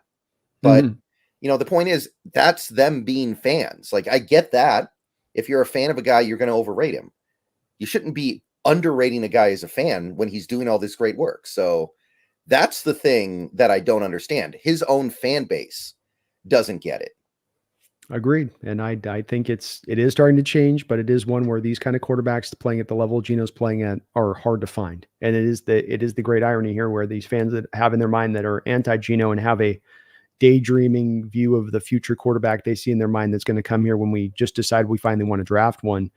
It's going to be wildly absent some of the skills that Geno's carrying right now. It's going to take him quite a bit of time to build up that skills to get to where Geno is. He might have some natural other better talents he brings to the table too, but it's a push and pull game. It's a plus minus game on that when that day comes. It's not necessarily all gain day when that happens going to the youngster.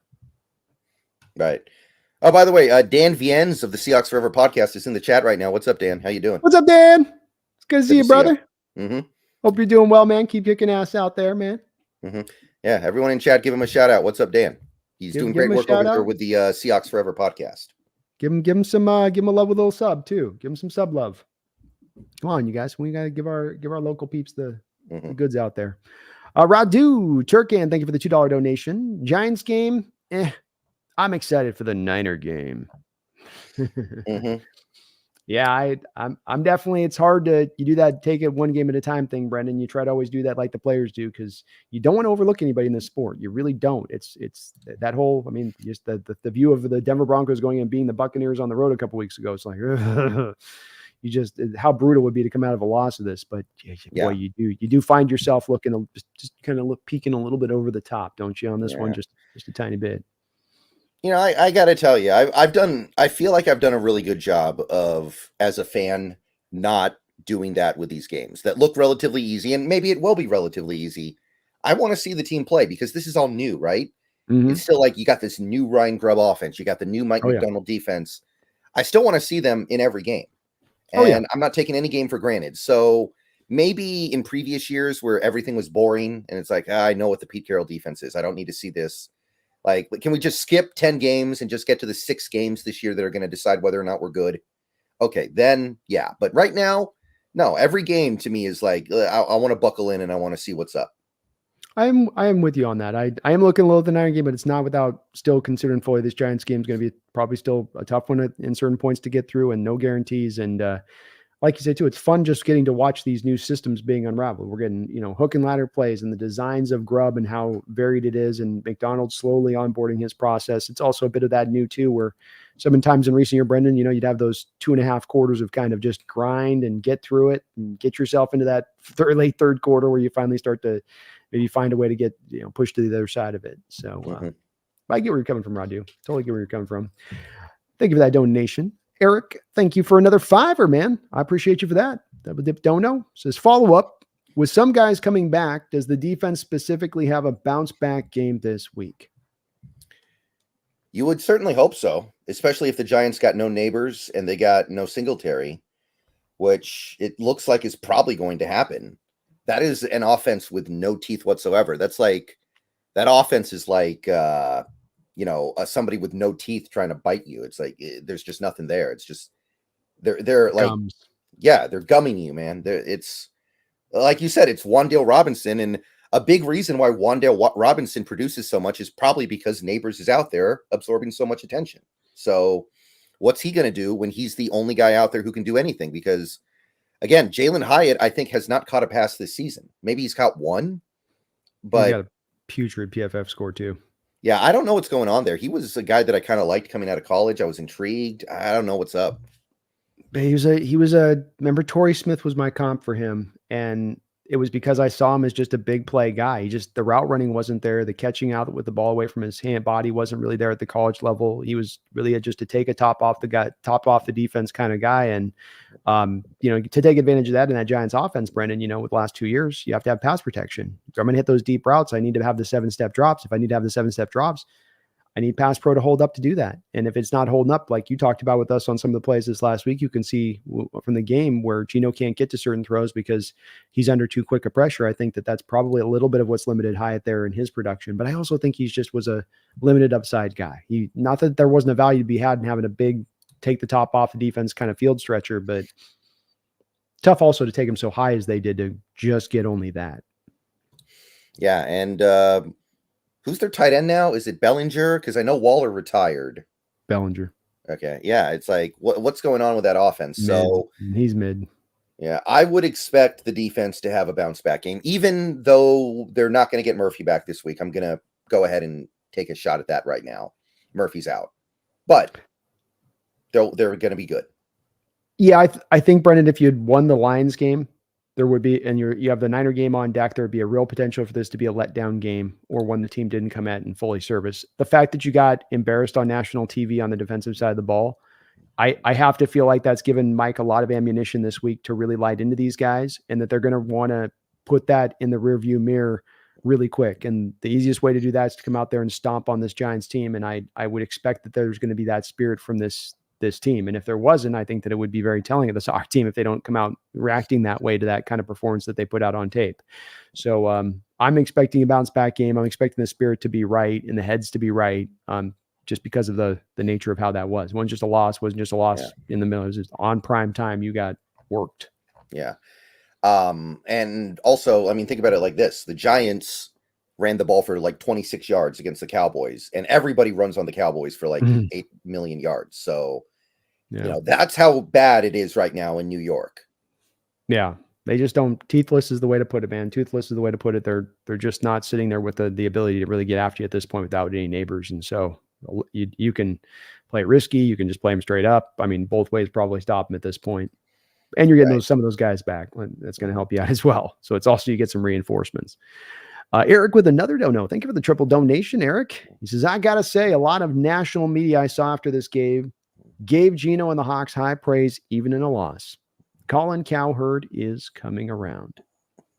Oh, man. Well, that's kind of the final got to pull through. Yeah, I have noticed that with Cowherd. I have noticed that he is kind of changing the way he's talking about things in Seattle. Like I said, it's cool. A win would have been cooler. I'd rather have the win than the appreciation of the national media. But at the very least, I do think that you can say that the worm is starting to turn for Geno Smith, because I feel like there were a lot of people out there who were still just kind of waiting for the bridge to be done, because there were people who still viewed Geno Smith as a bridge quarterback. And it seemed like people were just waiting for, okay, when's the next quarterback going to come in here? And I feel like people are now starting to figure out that the next quarterback might already be here. And it was the guy right in front of you the whole time. That's it. I mean, I think so many of these people on a national perspective point, Brendan, it's the thing that drives me nuts at times, but are so driven in their outlook of a team based upon the quarterback they have on that team. So like none of the rest of things matter. If they've got this guy in place, then they're good and they'll figure out the rest. And I think that now that they are seeing Geno in that place, like Brendan just said, now it is changing the outlook. Not to mention, you were still as bad as that defense was playing this game in striking distance in the fourth quarter, and the resiliency of the team at that. I think that is also was kind of impressing some of the people and what they were seeing from them, where you could have easily have just laid over and said, well, we're down that 5-7s. We're down so many injuries. They've got our number tonight. Nothing we can do. And yet you kept coming at them. I felt, especially offensively, you just kept fighting all day, doing everything you could to try to keep that team in it. And that's something I think that's going to resonate with people naturally when they see it. They're going to feel that. And it was great to see from the team. Right. And, this is coming in a year where very clearly quarterback play is down, right? Mahomes is putting up like whatever numbers. His numbers look like a average Ryan Tannehill season right now, right? He's not playing that well. It's not just the numbers too. I've watched all the Chiefs games. He's not playing that well at the moment. You got guys like Sam Darnold and Baker Mayfield look like the best quarterbacks in the league right now. It's a weird time right now. And the guys who you're used to being at the very top really kind of struggling right now. So a guy like a Geno Smith of all people being the one guy who's on pace to throw for over 5,000 yards this year, it stands out, because it's not like this team is losing by 3 touchdowns every week and he just has to throw. Then it wouldn't mean anything. I wouldn't even care about it then. But that's not what's going on here. No. A lot of these games you've been up. A lot of these games you've been comfortably in the lead at times as we wind down in the fourth quarter, where you get a lot of those cheap yards. I mean, this last week was this way a little bit, but even this game, you were in it technically throughout on the game. So he's doing it legitimately, Brendan. And if he becomes the first quarterback since 2022 to throw for 5,000 yards, he better damn well win the MVP. And if he doesn't, I need to see what kind of season that other guy's putting up. Yeah, it's Sam Darnold's not going to keep this up, right? We're going to get to Halloween and then he's going to see all the ghosts and he's going to freak out and it's going to be over. So Sam Darnold's not going to win MVP. I mean, it's tripping me out, Brendan, because they are taking down some legitimate foes, and like Flores has got that aura thing going with him right now, right? He's got his back, and it's like, bro. But I mean, I don't know what to make of watching Darnold do what he's doing. I don't really like. It's yes, he has Justin Jefferson, Addison. He's got some capable part, but there is no TJ Hawkinson. I don't think they've had, and I don't know. I don't think it's going to last. But it seems like the Vikings every about 5-6 years pull off some magical year. Remember when they had that backup quarterback like 5 years ago? Case Keenum, and they had the whole Minneapolis miracle play, I think, right? To Stephon Diggs. It was like that team, I think, won 12, 13 games. It was like, what? How did, especially that division this year where you have the Packers, you have Detroit, you've got Minnesota too, and then even Chicago looks like they're not going to be Chicago's okay. Yeah, they might not be, but dude, they're making it happen right now. I still think the Packers are going to find their footing with Love coming back there eventually and end up grabbing that, and the lines will be enough, but it's wild to watch. It is wild to watch. Absolutely. Thank you, Eric, for all those donations, man, though. And Long Live the King coming with another dono. Thank you as well, Long Live. You guys, very kind. Really appreciate all of these donations and support here to these channels. Our channels really appreciated. Says, I expect some regression from K9 and Geno because you can't expect your stars to put on a cape every play. Lions made big plays, but with open holes, etc. Yeah. I don't know if I'm seeing any regression from K9 because he is, especially this last game. I don't know if you saw the PFF scores, but PFF was not impressed with our run blocking in the slightest. Mm. And, Forsyth and Bradford both got scores in like the 30s. And I don't know if there's going to be a lot of regression from K9. I think he just does what he does pretty much every game he plays. And it's hard to see him like slipping from what he's doing right now. Now, Geno, on the one hand, I think I see this perspective. On the other hand, like he's also kind of getting the short end on these touchdowns because every time we get the ball in the red zone, it seems like we run it in. So he's only got the 4 touchdowns right now. The Seahawks lead the league in rushing touchdowns right now, I think. I think they're tied with the Saints with 8. So if there's some reversion to the mean there, yeah, his individual performance might go down a little bit, but his numbers might go up because he'll start throwing for more touchdowns. Yeah, I mean, I don't know if I see the same thing with King because I think with both of these two guys, they're getting a support and they're getting an ability to be at their maximum productive selves that they've been even beyond the last couple of years, and they've been very productive players the past couple of years. I think, as Brendan said, I've looked at K9 as a top 5 talent at that position. I was watching Bijan Robinson tonight, a guy taken in the top 10 of the NFL draft in the first round. And you go watch Bijan Robinson tonight and you go watch that performance of K9 against the Lions and you tell me Bijan's better than K9. You tell me that.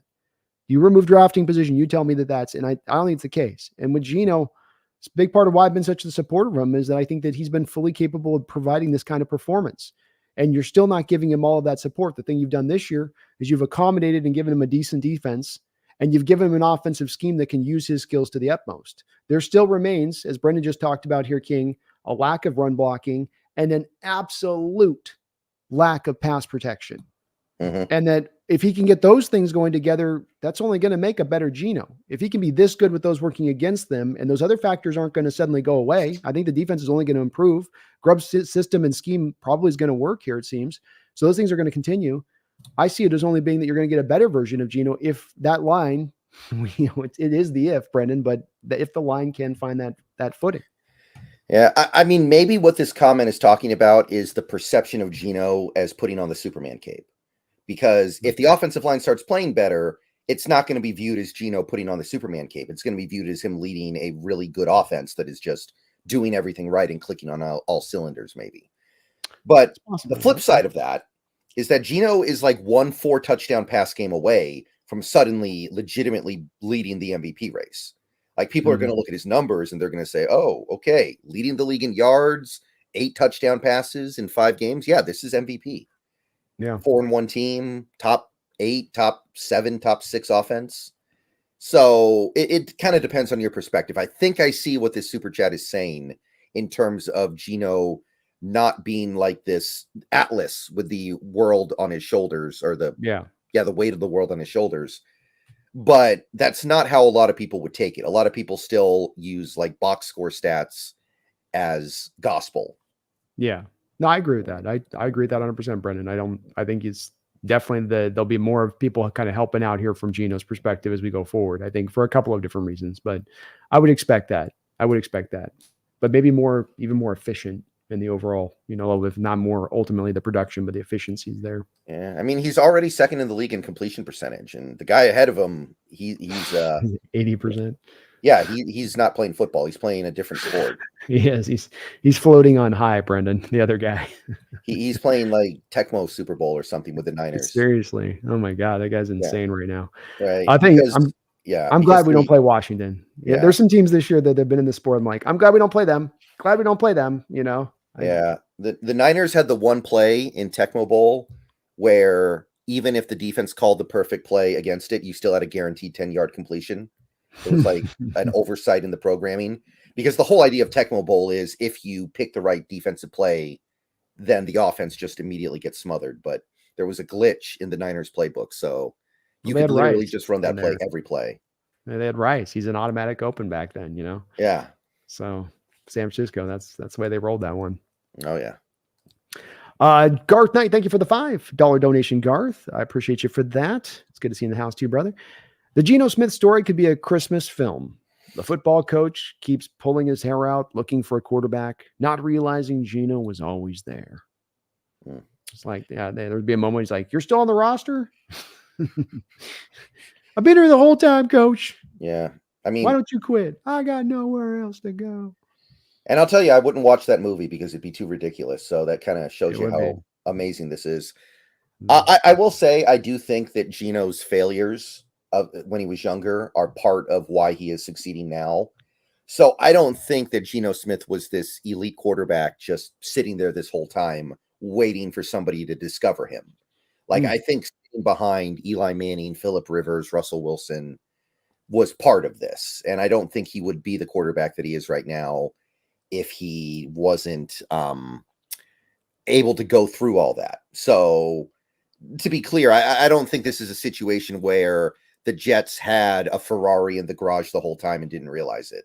But yeah, I would agree with that. I think that is the development cycle on a quarterback is, we've had this discussion many times. For me, it's an ever developing outlook, Brendan. But my current outlook on it is one where I see it and I say, these guys develop in over time. It's not just over 1 or 2 or 3 or 4 or 5 years. It's over 10, 15 years. Look at how Joe Flacco's playing right now as a guy that's probably heavily physically diminished from where he was in his prime. And he wasn't necessarily a spring chicken in his prime, but he's in a large part kind of mastered the sport because he's been in it for so long and had so many of those years and so much of the work done in the background and studying and working on film and all that, and that you grow to become this type of player. I agree with that on that, Brendan. I think that's an accurate way of putting it.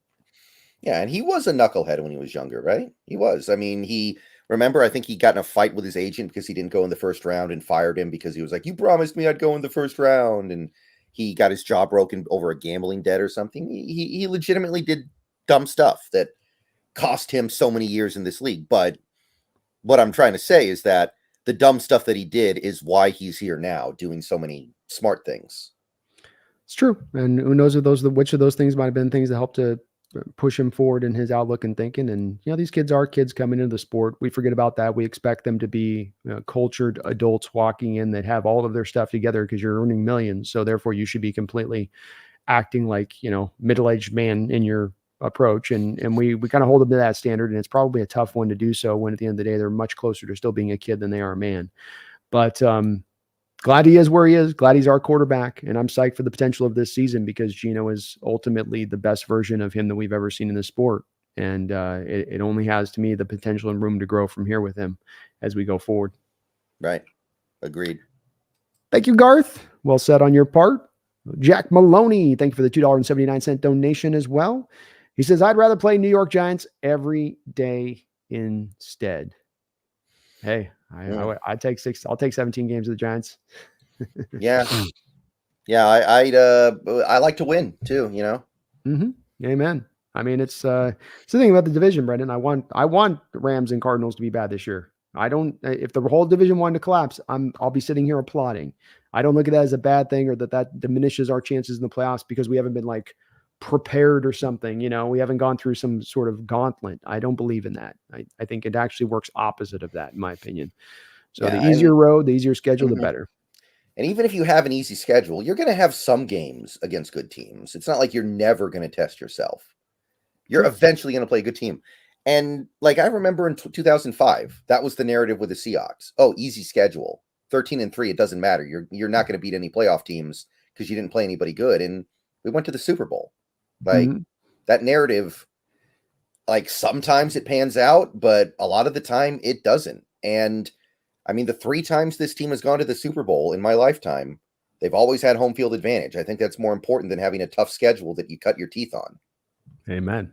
Amen. It's the road and the pathway paved in gold to getting us there. You can see it. And so easy to get locked on that as we go forward, especially now that we have the one bye in each conference, Brendan, where it weighs even those other times there was 2 buys. The other times we had the buys, now there is only that one. So I'm with you, Jack. Brendan's with you as well on this one. And I think we're going to maybe get the benefit of that in our division as well. As, hey, our schedule right now, Brendan, I checked it. We have only 2 teams that do not have 2 losses on their schedule through the remaining portion of our schedule. too, and only one undefeated team. So it's, as we thought in the offseason, the schedule was going to set up pretty nicely for us, especially once we get through this 3 games and 11 nights thing. And indeed does look like it's setting up very nicely for us. Yeah. I mean, obviously that can be deceptive, right? Like the Packers are probably better than 2-2. They're no, it just shows you don't, path. it just shows you though that you also don't have a dominant team you have to go through. You don't have that last year with that 7-game stretch we had with all of those tough teams. By this point in time of the year last year, it looked bad on paper. And then you got to this point and you're going, okay, Niners twice, Eagles, Ravens, all back to back. We had 3 games in 15 nights within that spectrum of those games. Remember there? I mean, you could see that as you got to the spot in the schedule here where you're like, that's going to be tough.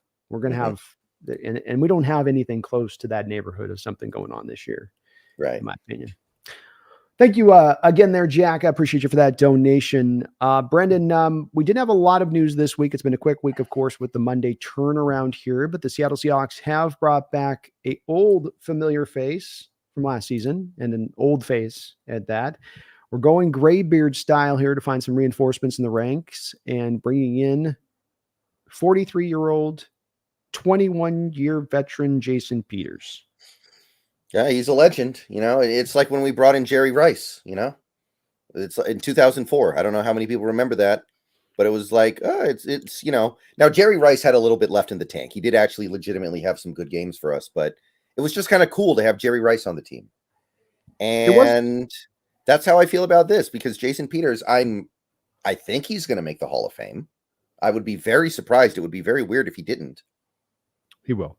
Yeah, no, he definitely will. That he's got that longevity thing lapped basically, and he didn't provide. I think came in, played initially good for us last year, but then definitely performance fell off. You got the feeling of a guy who'd been on his couch basically. But he does, to your point, provide you a guy that has seen it all and done it all, and certainly can help an offensive line that is very young to continue to come forward in the background of this. It's not to understate that effect that this guy can have in kind of the classroom, so to speak. On top of giving us a little bit more better depth, if George Fan has some time that it takes for him to come back, Brendan, to where you didn't want McClendon Curtis trotting out on the field at right tackle. That would be a disaster. Yeah. Some people are saying maybe we brought him in to back up at guard, and I kind of don't think so. I think that he's here to back up Forsyth. And we just want to have something better than McClendon Curtis if the worst happens. And that's understandable. McClendon Curtis is not a tackle. Like, Jason Peters might be a bad tackle at this point, but at least he's a tackle.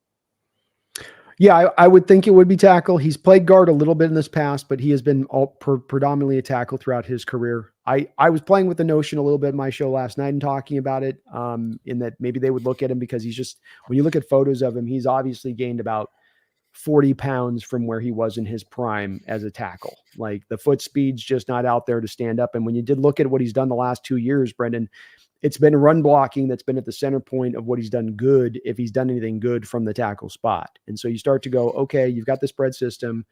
Could you maybe, if you don't like what you're getting from the guards or like in there, kick him into guard, and that he can actually be functional at guard where that foot speed's not as much a problem. And now he's got the girth to deal with the tackles inside at that point. And I don't know, it's very unlikely, to your point on that, but I was just something as I look at him and go, I don't think that guy can hold up on that outside there with, he looks 360 to me. When I look at some of the pictures of him last year, I'm like, man, he's big.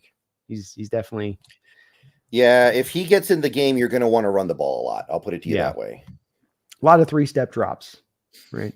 But a lot of bubble screens, Brendan.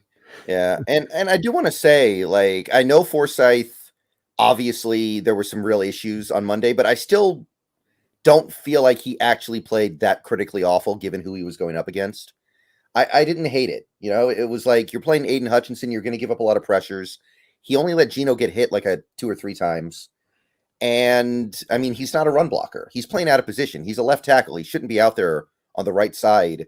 Like, to me, he's very much out of position there, even though we keep putting him there. So I want to say that Forsyth, I'm still not that mad at. Like, I think that for a third string tackle, that's about as good as it's going to get. Agreed. I think he's held the line as well as you would expect him or hope to have him hold the line if it was, if you were going to have to deal with the situation of getting down to the third right tackle essentially, and that's where you're at. So he's more than held the line here while Lucas is out. Lucas keeps showing those pictures, so maybe hopefully of him working out and personal bests on the bench and squatting. So hopefully he will be returning here, sooner and later. Let's pivot this to the matchup coming up here. We've talked a little bit about it already on this to a degree, Brendan, and I think that this is one where the matchup to me becomes most interesting on how our offense deals with their defense. Because I look at the game and I go, look, that offense, you talked about it. We've already kind of covered a little bit with their offense. It's severely undermanned. It's an offensive line that's still kind of coming together. It's maybe moderately improved from where it was like last year, where we had, 11 sacks in that game, I think, or something like that on the road, a pick 6 with Witherspoon.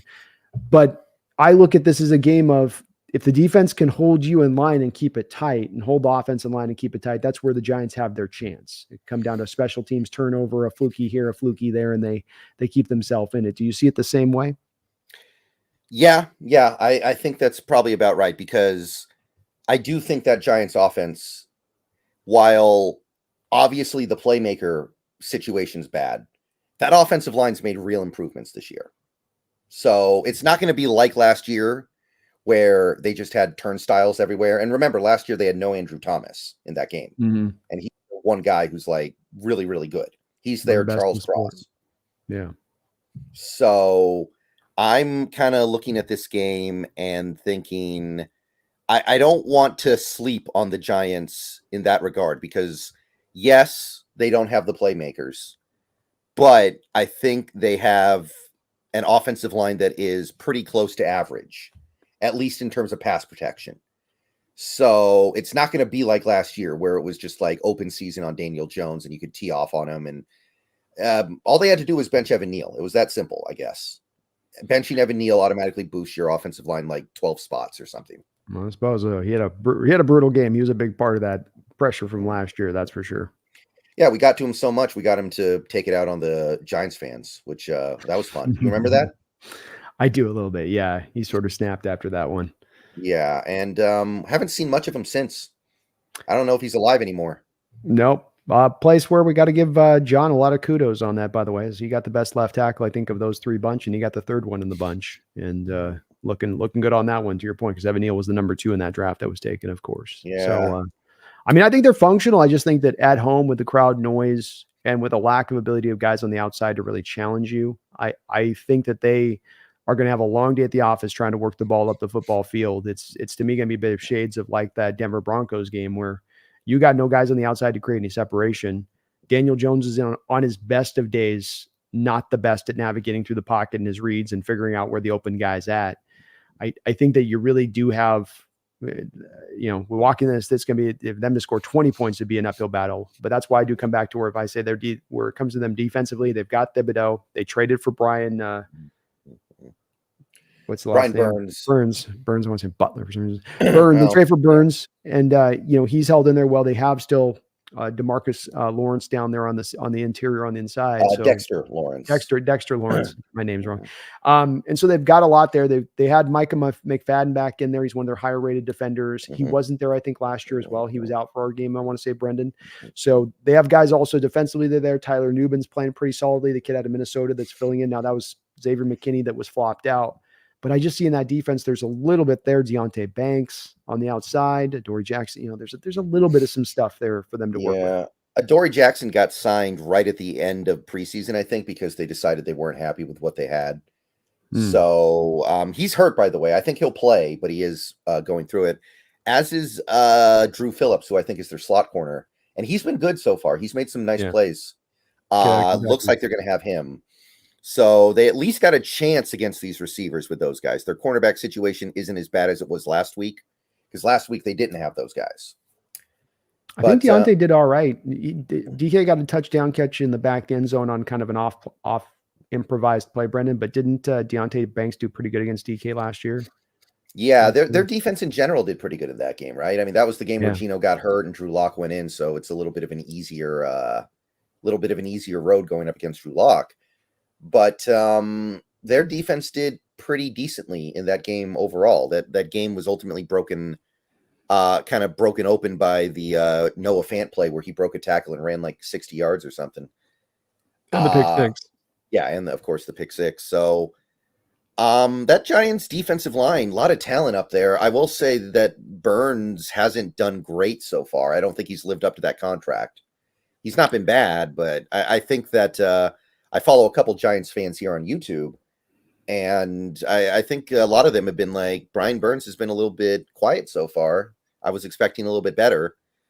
And even Thibodeau flashes, but I don't feel like he's as good as you would expect from a top 8 pick like he was. So I don't know. Yeah, It's a talented front. I don't know how good it is.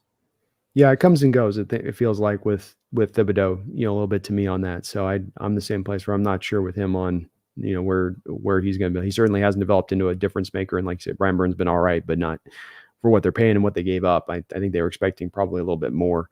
Do you kind of just lean and slide into Geno running the up tempo, a lot of passing? Do we try to reestablish it and maybe the running at the forefront in this game from your perspective? Well, I think Grubb's just intrinsically a pass happy guy, and we saw that against Detroit. And I know that there were some people who were a little unhappy with how much we threw the ball. I wasn't, because we were having so much success with it. Like, it's working. So I don't expect us to ever really become run happy until we get into a game where the pass just isn't working. Kind of like what happened against Denver, where we just couldn't pass protect and we had to go run heavy in the second half. So I would expect this team to remain true to their identity, which is to throw the ball a lot. And we're starting to really find some stuff that works. Like, we finally had a Chenault play work on Monday night. We finally had our first successful Chenault play. Well, we first finally tried one for most Yeah. parts. Like the second time we've tried them out there. Yeah. We're having some of these plays where you throw to the back work. We had multiple successful throws to Charbonnet in this last game. And I'm sure that in Ryan Grubb's mind, those throws that are very high percentage throws are like running the ball. To him, there's not much of a difference, except you're getting the ball to a guy maybe in a little more space. So I don't think we're going to get away from that this week. So I would say probably not. Probably better than last week, just because we're not going to be in a sprint against the Giants. Are not going to be scoring 42 points. Yeah, I'd imagine Geno's not, even if he has a really great day, he's going to throw for 400 in this one. I'd be blown away if he has to do that. Yeah. He better get what he can get in the first 40 minutes, because that last 20 minutes might be empty out the bench time. It might be. Yeah, exactly. Great day, but you threw for 160 and we had to get Hal out there by the end. We just didn't need Ian, which I'd be great if this game went that way myself. I'd love it, because that Niner game, get to keep us as fresh as possible for the Niner game would be awesome tonight, because those Thursday night turnarounds are brutal. They are very tough. Yeah. Yeah. So I would say I expect us to be throwing the ball a pretty healthy amount, because that's just our identity and that's just what Grubb wants to do. So I'm going to stick with that. So and then it does sound like you're not, there's some good balance there. You feel like we're going to get our share of points on this defense. I think I do too, but I mean, I don't want to speak for you, but that you're probably going to have a pretty good time being able to get your points up on them in this game, that there's not really, they've only got so much resistance, even with the talent they have, is what I'm kind of getting from you a little bit in your outlook of them. Yeah. And also there's the element of, we're due for some turnovers, and the Giants would be a great team to get turnovers on. Like, especially if they can't stretch the field with no neighbors, they can't run the ball with no Singletary. You got to figure at some point Daniel Jones is going to make a bad throw, probably multiple bad throws, and you're going to have an opportunity at some short fields, and you're going to get easy points that way.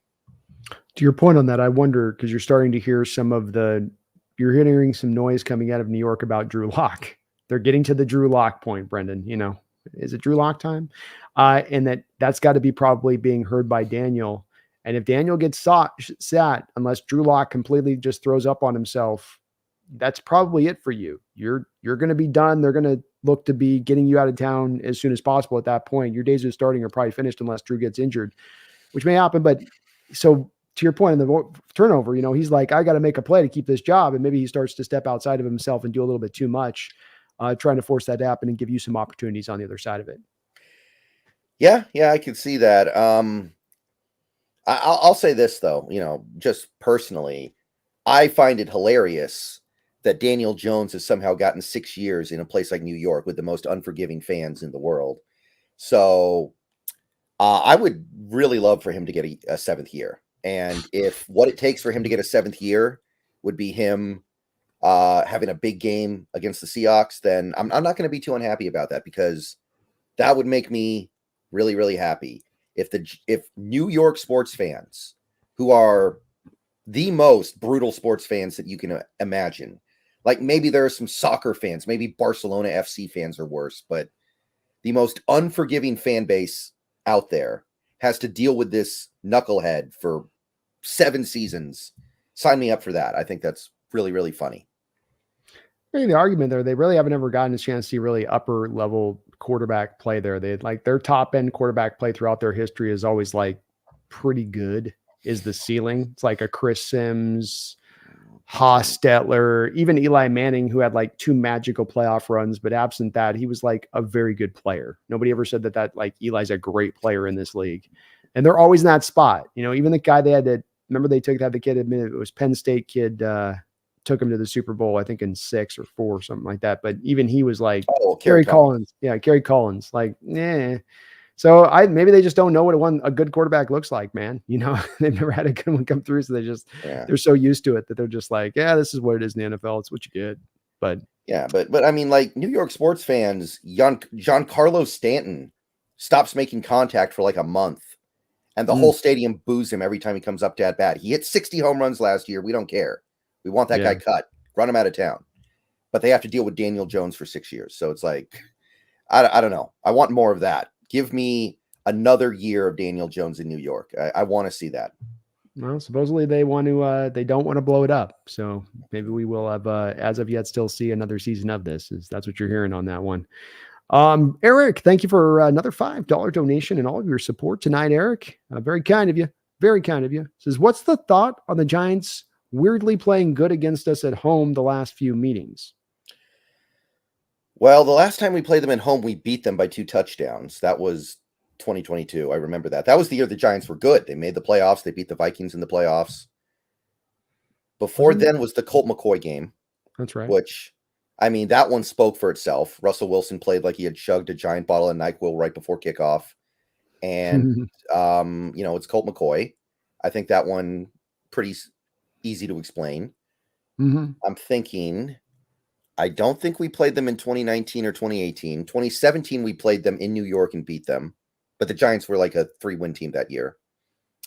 So I don't think that, I don't know if I agree with the premise of this message, actually. I don't think that I think there's one game, the all-time embarrassing game, the 2020 game is the one Giants Seahawks games in Seattle that ended poorly for the Seahawks in recent memory. Yeah, that's the one for me, Eric. I think that does stick in your mind a little bit, and kind of rightfully so, because it was such a brutal loss where I do remember that where Russell did completely fall apart from where he had been that year and look like a shell of himself from where he had been that year to start things off.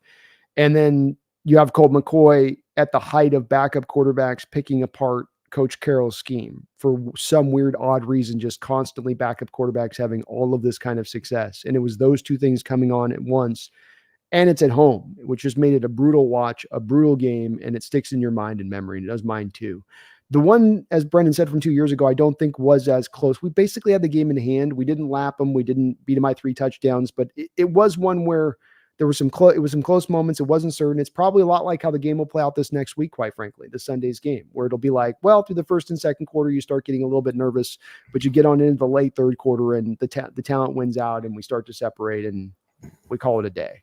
So I think it'll go like that. But I mean, they had Saquon before when they came in. I remember that 2 years ago. So they were able to lean on him a little bit and manufacture some stuff against us offensively at home. But they were much stronger in the last meeting against us at home here than they are in this game, especially offensively speaking, coming into it. Yeah. And, I'm thinking about that 2022 game. I think that was the game that Lockett had like basically the worst game of his career. He had a fumble inside the 5-yard line that gave the Giants a touchdown. He had a drop of a touchdown that would have put the game away. And then ultimately he caught the touchdown that put the game away anyway. That's right. So I think that was the game where Lockett was just awful, and then we still won the game anyway. So I don't think there's much to say about that game. Yeah. So it's not the trend on that one. We're good, Eric. We still got him at home. We got him at home, man. We're all good. We'll still take him out. Thank you, though, man. I appreciate that donation. Long live the king. Thank you for the $2 donation. Says, are offensive coordinators going to hunt Spoon in coverage next week's? They I didn't. Was Spoon like tremendously bad? I have not looked at the advanced stats on this and checked that. PFF thought he was good. PFR thought he was atrocious. But that's because PFR gave him blame on the 70-yard Jameson Williams touchdown. And he technically is, but PFF gave that touchdown to Kayvon Wallace, which is really weird to me because I think Kayvon blitzed on that play. Yeah, it's by my outlook of it is they're playing zone and they're playing cover 3 zone on each side with Woolen and Witherspoon, and it's not man match. You can see Woolen drops into his cover 3 bail depth on the play, and you can see Witherspoon starts out that, but then Witherspoon kind of sees the guy, the crosser of Jameson Williams coming into a space, and he takes a false step forward, and then Jameson kind of gets around him and catches him on a bad angle. I do think it's probably on Spoon on that particular play, but absent that play, Brendan, I'm looking at right now what we got on targets for him on the game. Let me see. Well, they gave him the Montgomery play, right? Because technically he was the closest guy to the ball when it got caught. But that's a situation where Witherspoon misses the tackle on Montgomery, and Montgomery should get like 5 yards. But because this guy misses a tackle, and that guy misses a tackle, and that guy misses a tackle, it turns into a almost 50-yard play. So it's hard for me to give all of that to Witherspoon, even though I know the advanced numbers do. Yeah, so it's a king at the end of the day. At the worst case scenario, it's 3 targets, 3 receptions given up on the day, which isn't good. But is it enough for teams to start to attack Spoon in coverage? I wouldn't think so, because he's been so remarkably good in coverage throughout his time here. It's one simple game where you've had 3 targets on that you give up the coverages, and like Brendan said, the one play with Montgomery, it's not as much of his lost tackle on the play. It's a bang play where he's there and he's doing what he can. The other guys more mess up their tackles, and it doesn't need to go that long of a play. It should have been about a 5-yard completion and done, quite frankly. But he's not just been merely good as a cover guy here in Seattle since he's come along. He's been great. I think the one thing you could say that McDonald could do to put him in a better position to succeed is, for the love of God, lean into more man coverage concepts. When he's hit on the Montgomery play, they're dropping into zone. So they're first having to drop back into space and then rally back up on the ball carrier. The Jameson Williams play on the crosser is them in zone. And what we talked about with Spoon, and me and Brendan had deep discussions on this, where we both love Spoon coming out. But we said, but probably more Christian Gonzalez is the guy, because you like to run so much zone. If you're going to draft Spoon, you've got to be willing to use him in man coverage. The stats back this up last year, where he was one of the best players in man coverage in the NFL last year, but you used it on a very small amount of his snaps. It doesn't make any sense to me why this continues to be a blind spot for the team at times.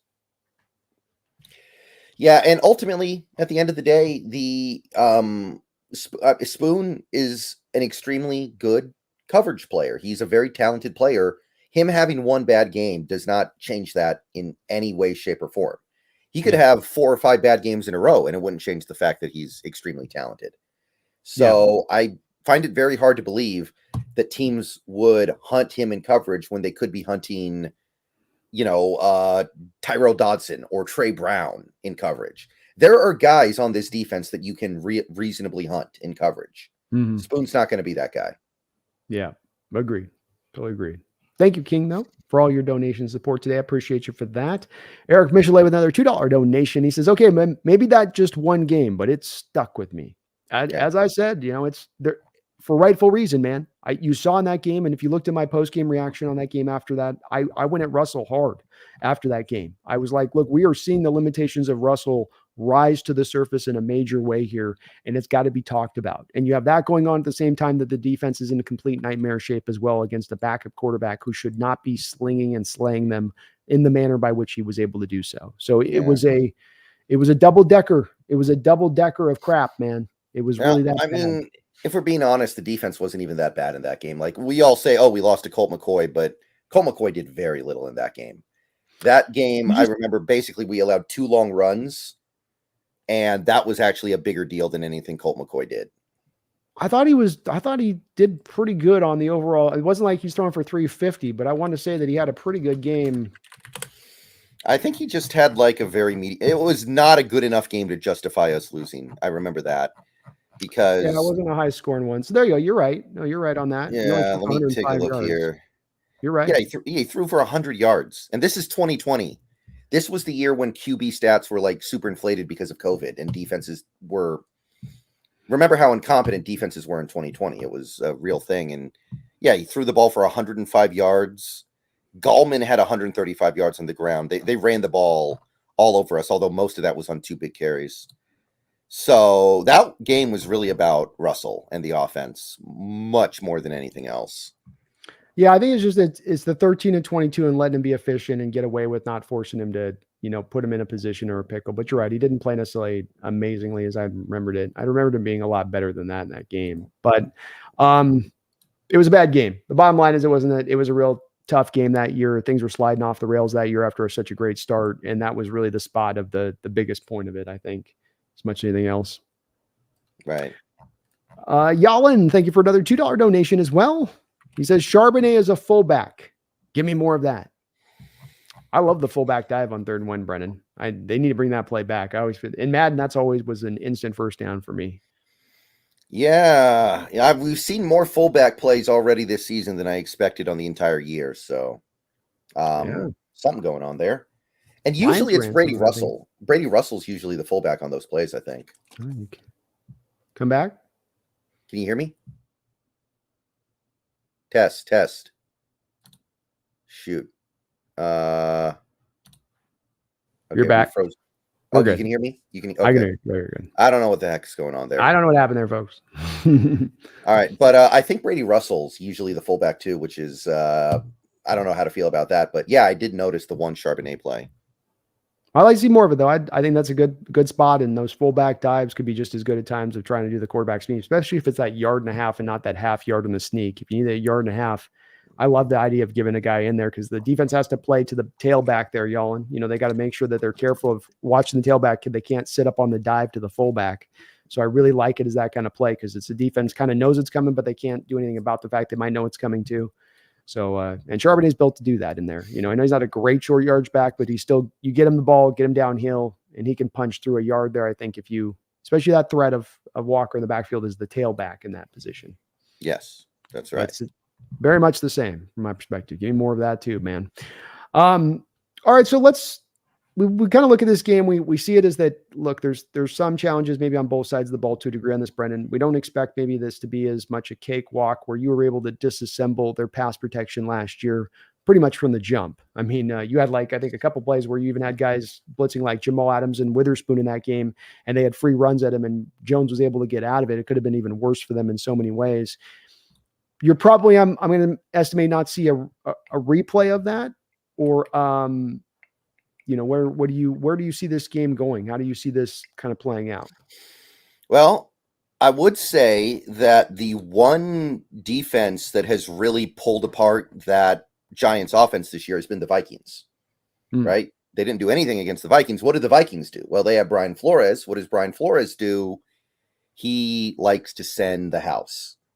And you think about it logically, playing against Daniel Jones, sending the house is probably a pretty good idea because he doesn't process. He doesn't dissect defenses that way. So I would like to see us throw some pretty serious stuff at him. I would like to see us unveil some blitz packages that we didn't see against Detroit and really haven't seen so far this year, mostly because we haven't needed to. But in this game, I would definitely like to see us throw some stuff at Daniel Jones that he's not expecting because I don't think he's going to be able to keep up with it. I don't think he's going to be able to do much about it. So that's something that I think you can do to make this game go a little bit easier. That's how you get those turnovers that are going to make this game over quickly. And that's the main thing that I'm thinking about right now because whatever we do, I think we're going to be fine, honestly, because this offense has nothing that intimidates me even slightly with no Neighbors and possibly no Singletary. But I would love to see us just send Witherspoon, send Julian Love, send Rayshon Jenkins, and see what happens.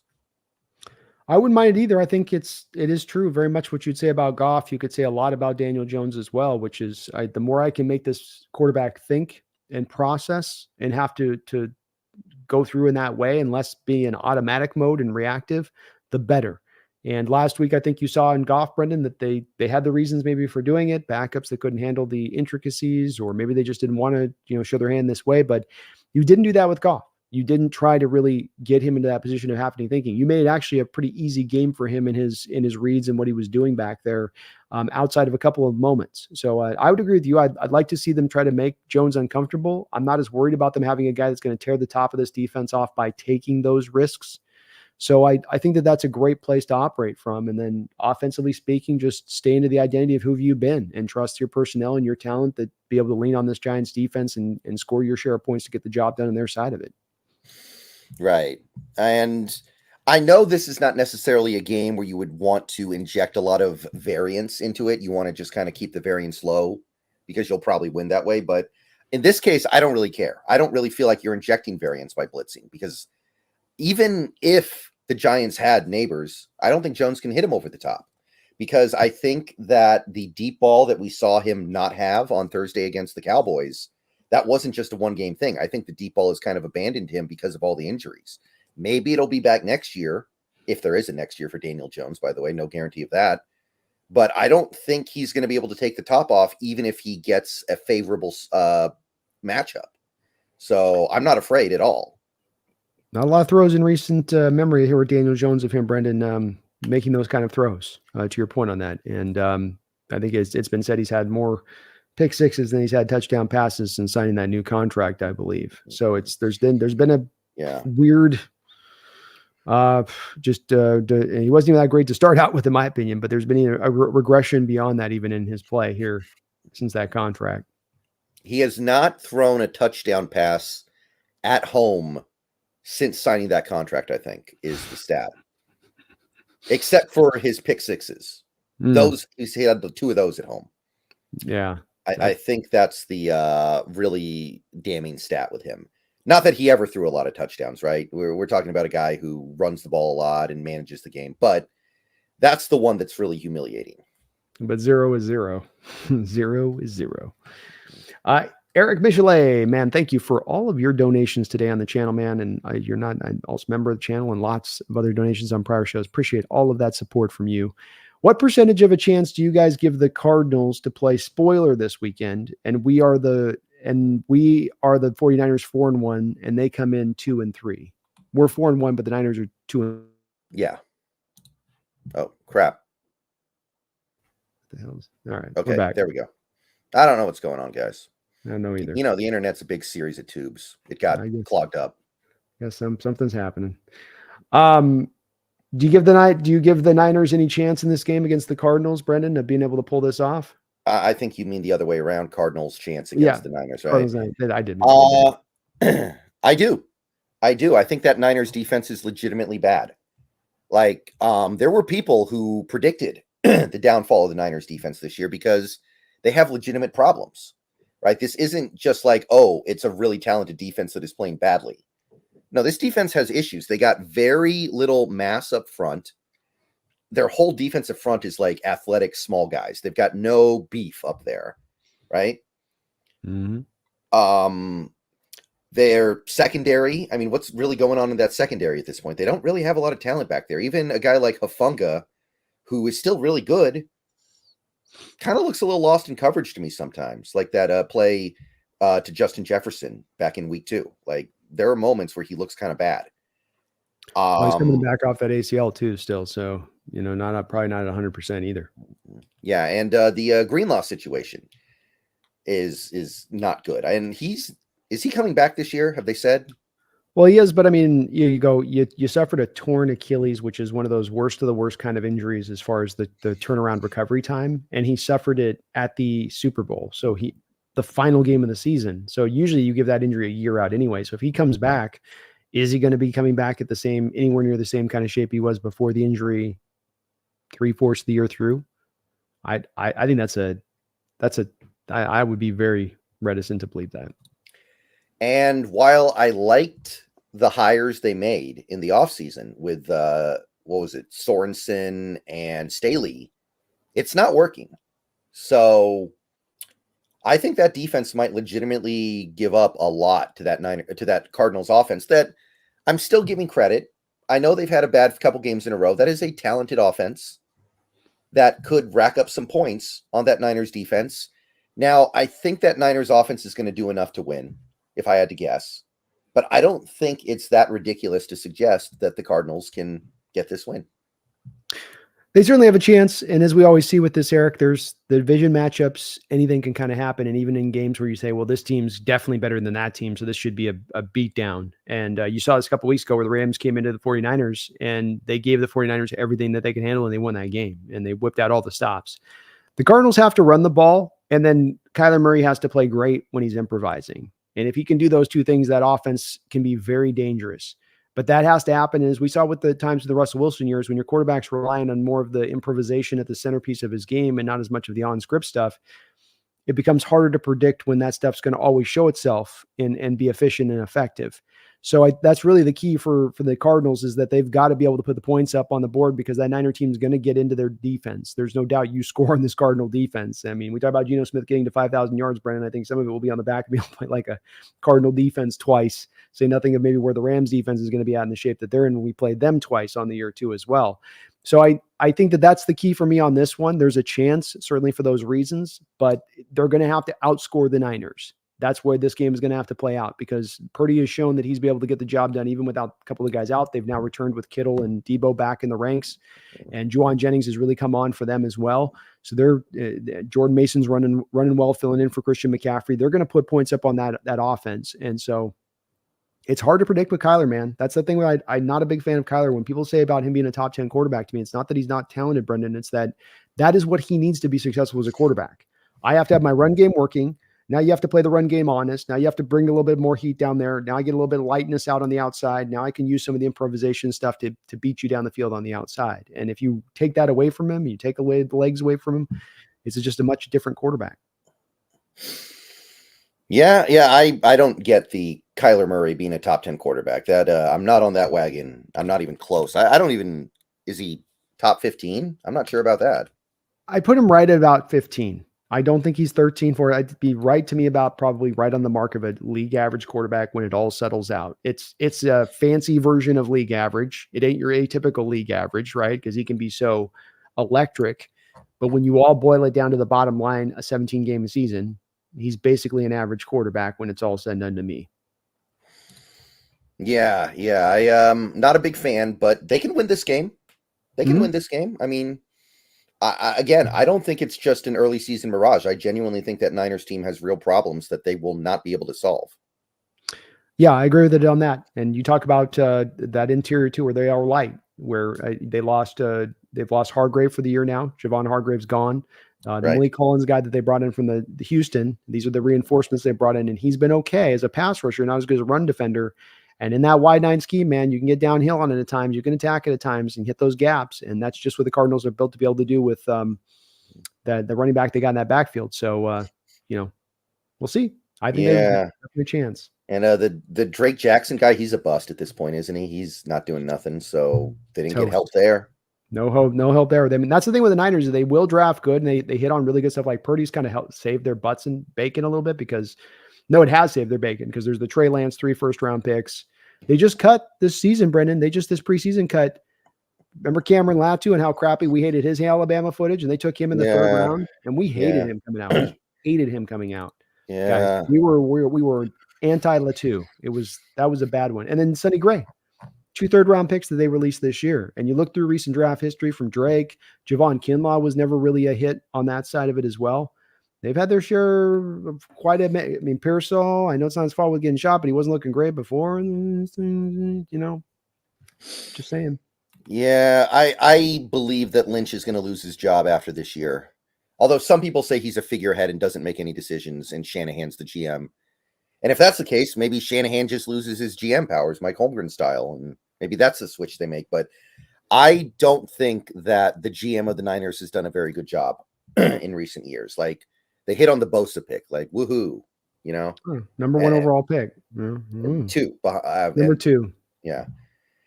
So a whoop-de-doo, you hit on that one. That was an easy one. But the Trey Lance thing, Javon Kinlaw, Drake Jackson, they've taken some pretty serious L's in the draft lately. I'm not impressed. Yeah, an offensive line, you've built really nothing around Trent Williams. I mean, what is legitimately there, not a lot. So I think that they've been a little bit more down than up on stuff. They're sort of riding on guys they drafted a few years ago, and again, that Brock Purdy kind of magic of picking him as the Mr. Irrelevant guy. But Cardinals got a chance in this game, Eric. There's no doubt about it. So I wouldn't put him as the favorite. I wouldn't say there's going to be neck and neck, but if they can just stay step for step in the scoring column with them and get it down to the line, the wire, then maybe they can steal it away. Thank you, man, for all your support tonight. Jeffrey Thistle in the house. What's up, Jeffrey? Thank you for the $2 donation. He says Kirk Cousins was primetime Kirk again.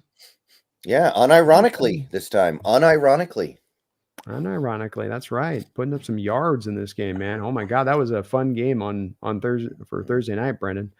Got 500 yards passing from Kirk Cousins on 58 attempts. Yeah, before the season started, I had Atlanta winning that division. After that first game, I was like, man, Cousins doesn't look right. But he's starting to get right, and I still think Atlanta will probably go on to win that division at this point. If Kirk is actually back, I think they get it done.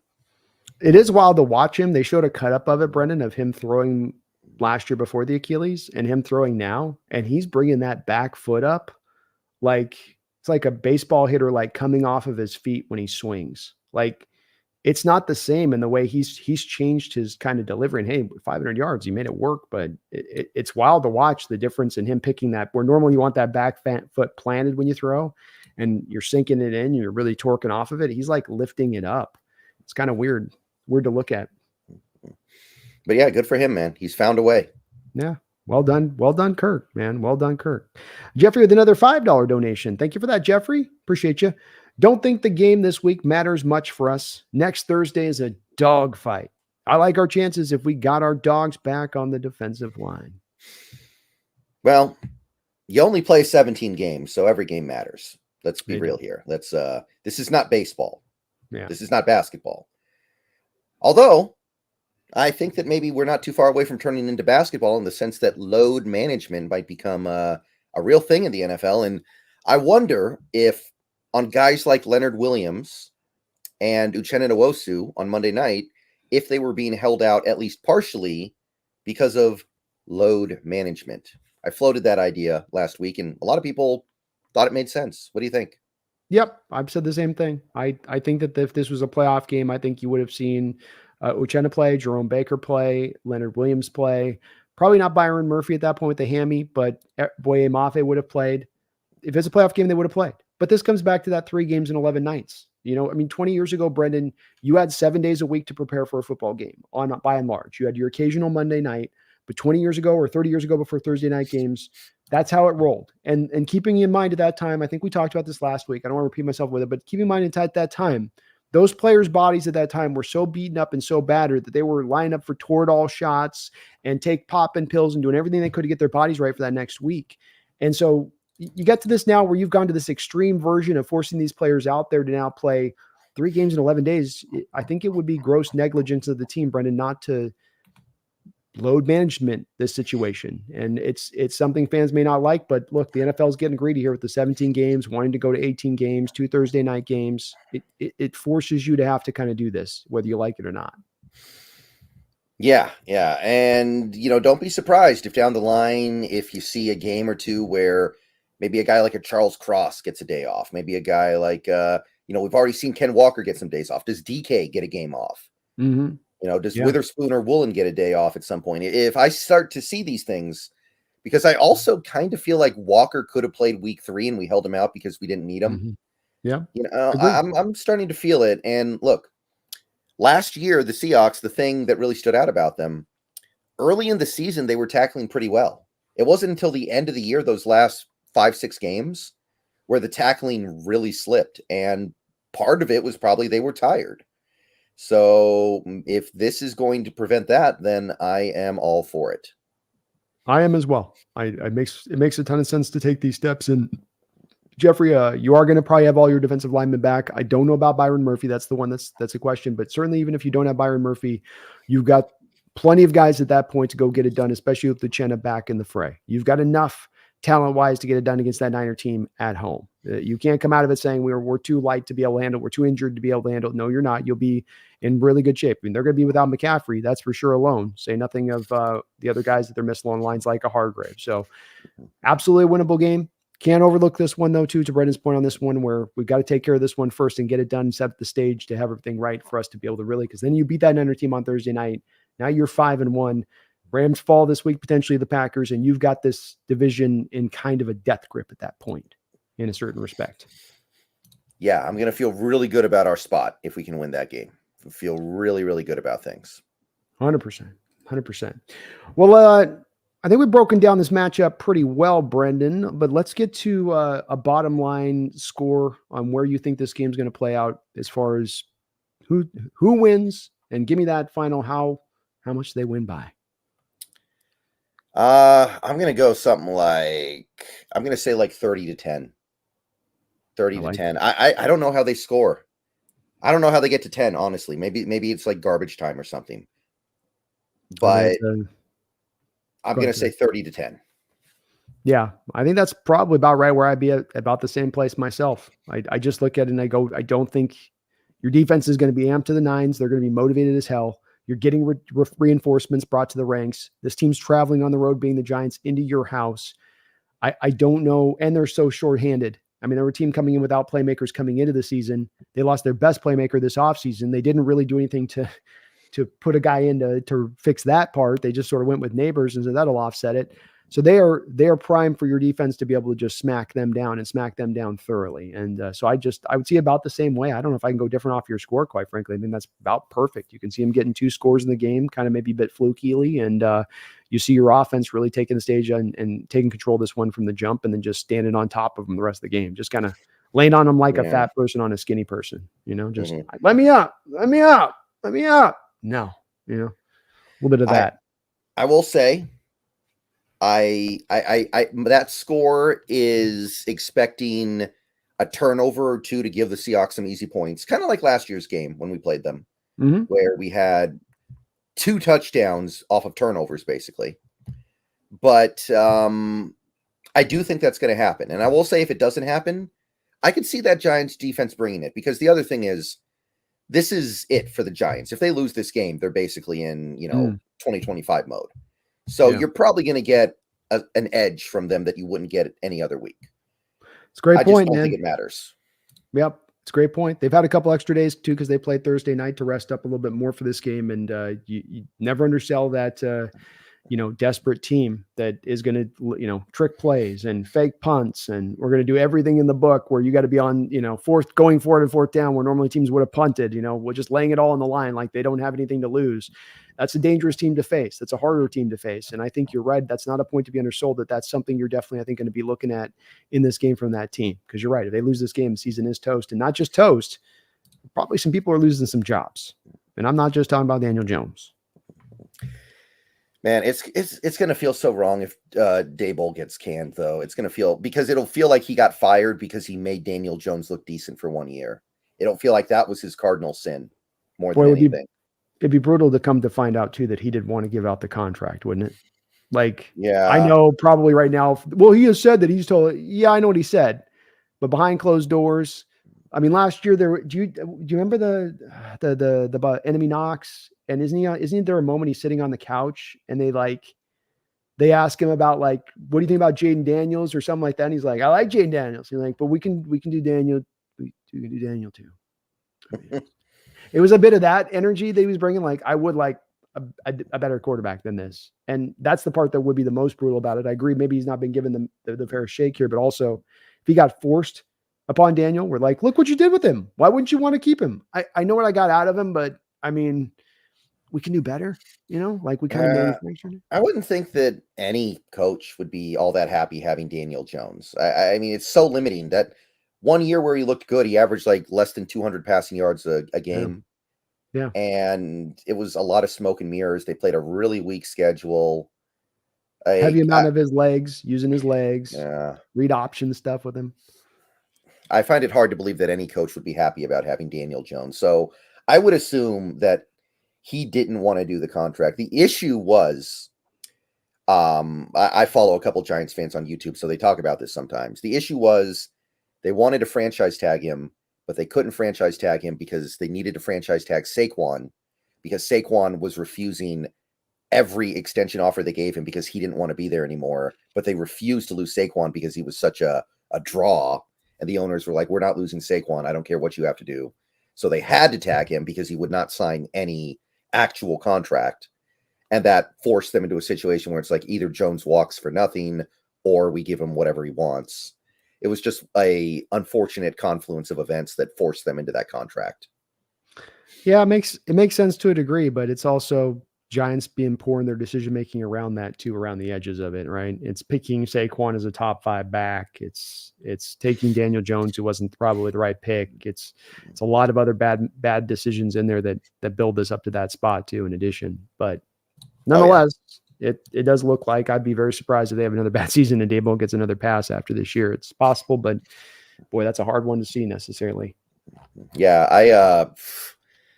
I don't know. If I'll say this, if Daboll gets fired after this year, I think wherever he goes next, he's very successful. I think he's going to be a good coach in this league. You think he gets another chance as a head coach, or do I think he'd have to go back and do OC stuff? Probably, yes, but I think that he will get another chance, and when he gets that another chance, it will go very well for him.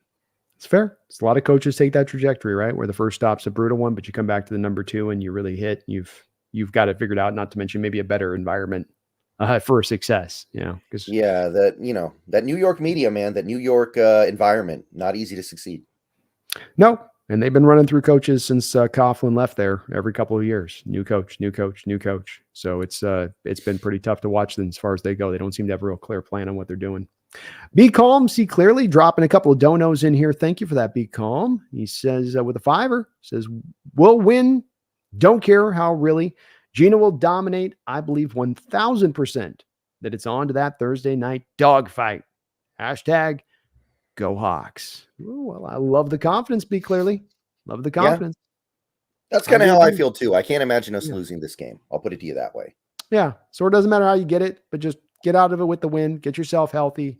Get yourself maybe with a bit of a chance to even slightly rest these guys in this game where they don't have to play all of the game if you can get away with it to get them ready for that Thursday night game. But I think we find the way to be calm. I do fully agree with you there, man. And thank you for the donation. It's another $2 as well. He says it's on Gino's arm for better or worse and running backs. Laughing out loud. Yeah. For now, although I expect the defense to carry their water in this game. I think the defense is going to make us very happy this week. Yeah, agreed. I think that as the year settles out, be calm. There's going to be games that we might run into. They're a little bit like the Detroit game, maybe not that extreme, but there's going to be days I think where this defense has to kind of find itself and learn and have those teaching moments where can't get me to teach you until you kind of get it wrong a little bit of times on the field. And I think we're going to get a little bit of that here in some of these games. And to your point on that, then it's going to have to lean on the offense, lean on the running backs to carry this load if we're going to be a team that's going to contend this year. And it's not that the defense can't do its part in understanding that even if that defense has some of those rough moments, it's still going to be remarkably improved from where they were last year. But you're right. It does come down to the end of the day. If we're going to ascend this year, we're going to reach that top end and push for conference champion, push to maybe even try to get to the Super Bowl. Gino will have to be playing like he's been playing. That's for sure. Right. For sure. Thank you, man, for Be Calm for the double donation, and well said on your part as well. Thank you, Jeffrey Thistle, for another $2 donation too. Got well over 30 donos today. Thank you, guys. Rumor has it Manning got Dan drafted so high. I'm sure that was part of it. He was what do they call it? Cutcliffe, the QB school. Mm-hmm. I believe that's right. And that was the comp. That was the comp for him. Everybody wanted to throw Peyton on him as the comp.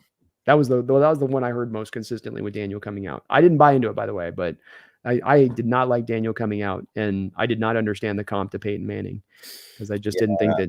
I didn't look at quarterbacks at all that year because I was only looking at stuff that might have been interesting to the Seahawks. So makes sense. Totally makes sense. I wasn't paying attention to that at all. I remember, and this ended up working out in the long run, actually, that everyone thought the best quarterback in that class at that point was Haskins. So right, that one was a big upset. I remember everyone thought Haskins would go at 6 instead. Totally. It was a weird draft for the QBs, but that one was one I never understood. It makes sense though if Manning came through there and sort of gave them the sign off on that one, and they probably saw if the Manning did do that, they probably saw some echoes of their game in their game. So I'm gonna sneeze here. But it's possible. It's possible on that rumor. Wouldn't surprise me on it. It still comes down to you got to be careful on drafting these quarterbacks, and I would never let myself be drafting a quarterback based on a one-man opinion thing. I think that's also a dangerous place. You got to come to the cumulative of your staff and what they saw from the guy rather than because that I picture when he says that, Brendan, like the staff comes to a conclusion and then Manning comes in and says, well, that, and you go, well, let's listen to that instead of that. I don't know that it played out that way, but that's what that makes me think. Yeah. I kind of feel like, because I remember that draft, the Raiders really screwed that one up. I think they took, what was it, Cleveland Farrell over Josh Allen. Yeah. So even if you were thinking about a quarterback at 6 for the Giants, Josh Allen falling to 6 was like God's gift. Like, so even if you had been talked into thinking Daniel Jones was good, you should be able to call an audible when suddenly you have the opportunity to get a clearly top 3 player in the draft at 6. So they passed that up, and that's hard for me to sympathize with. I can understand them saying, we think Daniel Jones is the best quarterback of the quarterbacks on the board, like better than Haskins, better than the who were the other quarterbacks in that draft? Holy shoot. Well, 2019, right? It's Allen, it's Mahomes. No, that was 2017. 2019 was, okay, let me take a look here. Okay, that was Hawkinson. Man, okay, this was the Kyler Murray year. So you can't take Kyler. He's gone number 1 overall. So after Daniel Jones, it's Dwayne Haskins. And then the next quarterback that comes off the board is Drew Lock. So you didn't have great options to choose from, admittedly, if you're going quarterback. But that's why I say when Josh Allen, by the way, when I say Josh Allen, I mean the linebacker, the Jacksonville pass rusher. That was the guy they could have taken. Oh, okay. Sorry, I misunderstood there. Yeah, Josh Allen was the previous draft. But yeah, when that happens, you have to be able to go like, oh, wait a minute. I can just take a top 3 player in this draft at number 6. I don't need a quarterback right now. Okay, we'll get a quarterback later. That's that universal pull, Brendan, that exists in the sport, exists in the fandoms, exists in the front office. It is I would call it a mind virus, quite frankly, of the NFL. And that is that everybody has the obsession with the quarterback. Everybody has the obsession with just go take one, got to go take one, got to go take one. And it's one that gets people into trouble more often than not, in my opinion. And I think it's one that now is continually being proven at times to be kind of wrong in many ways. But that's what draws these teams to go in the direction they do with it, man. And it becomes rarely about what's the exact talent, what is exactly the player we're getting, what is their skill set at, where they at as a player. It becomes, well, you just got to do it. If the hype is there for the guy to be picked there, then you got to just take him and you just got to call it a day and you just got to do it. And you just got to do it. And it's automatic mode. You go, man, I don't know. I don't understand why it's got to be automatic mode. Yeah, I might be going a little far with this one, but if the Broncos had, instead of drafting Bo Nix, signed Sam Darnold in free agency, they'd probably be better off, wouldn't they? Because Sam Darnold is only like 2 years older than Bo Nix. And look how much better he's playing right now. I don't think Bo Nix has that high of a ceiling. Like, what if you had just done that instead of taking QB6 at number 12 overall? I think that would have been better. I mean, it's the thing with Nix on that situation for me with Payton, though, is I think that he got the quarterback that he wants for his system that fits. That to me is less an automatic mode and more this is the quarterback I want. There's a way you could talk to me in this in saying that if somebody came to me and said Sean Payton had Nix as one of his favorite quarterbacks the last draft, maybe even having it elevated over a Caleb Williams because of the way he can execute his offense, it wouldn't shock me. Because of the way Nix plays is the way that Sean Payton wants his quarterback to play when Nix was at his best at Oregon.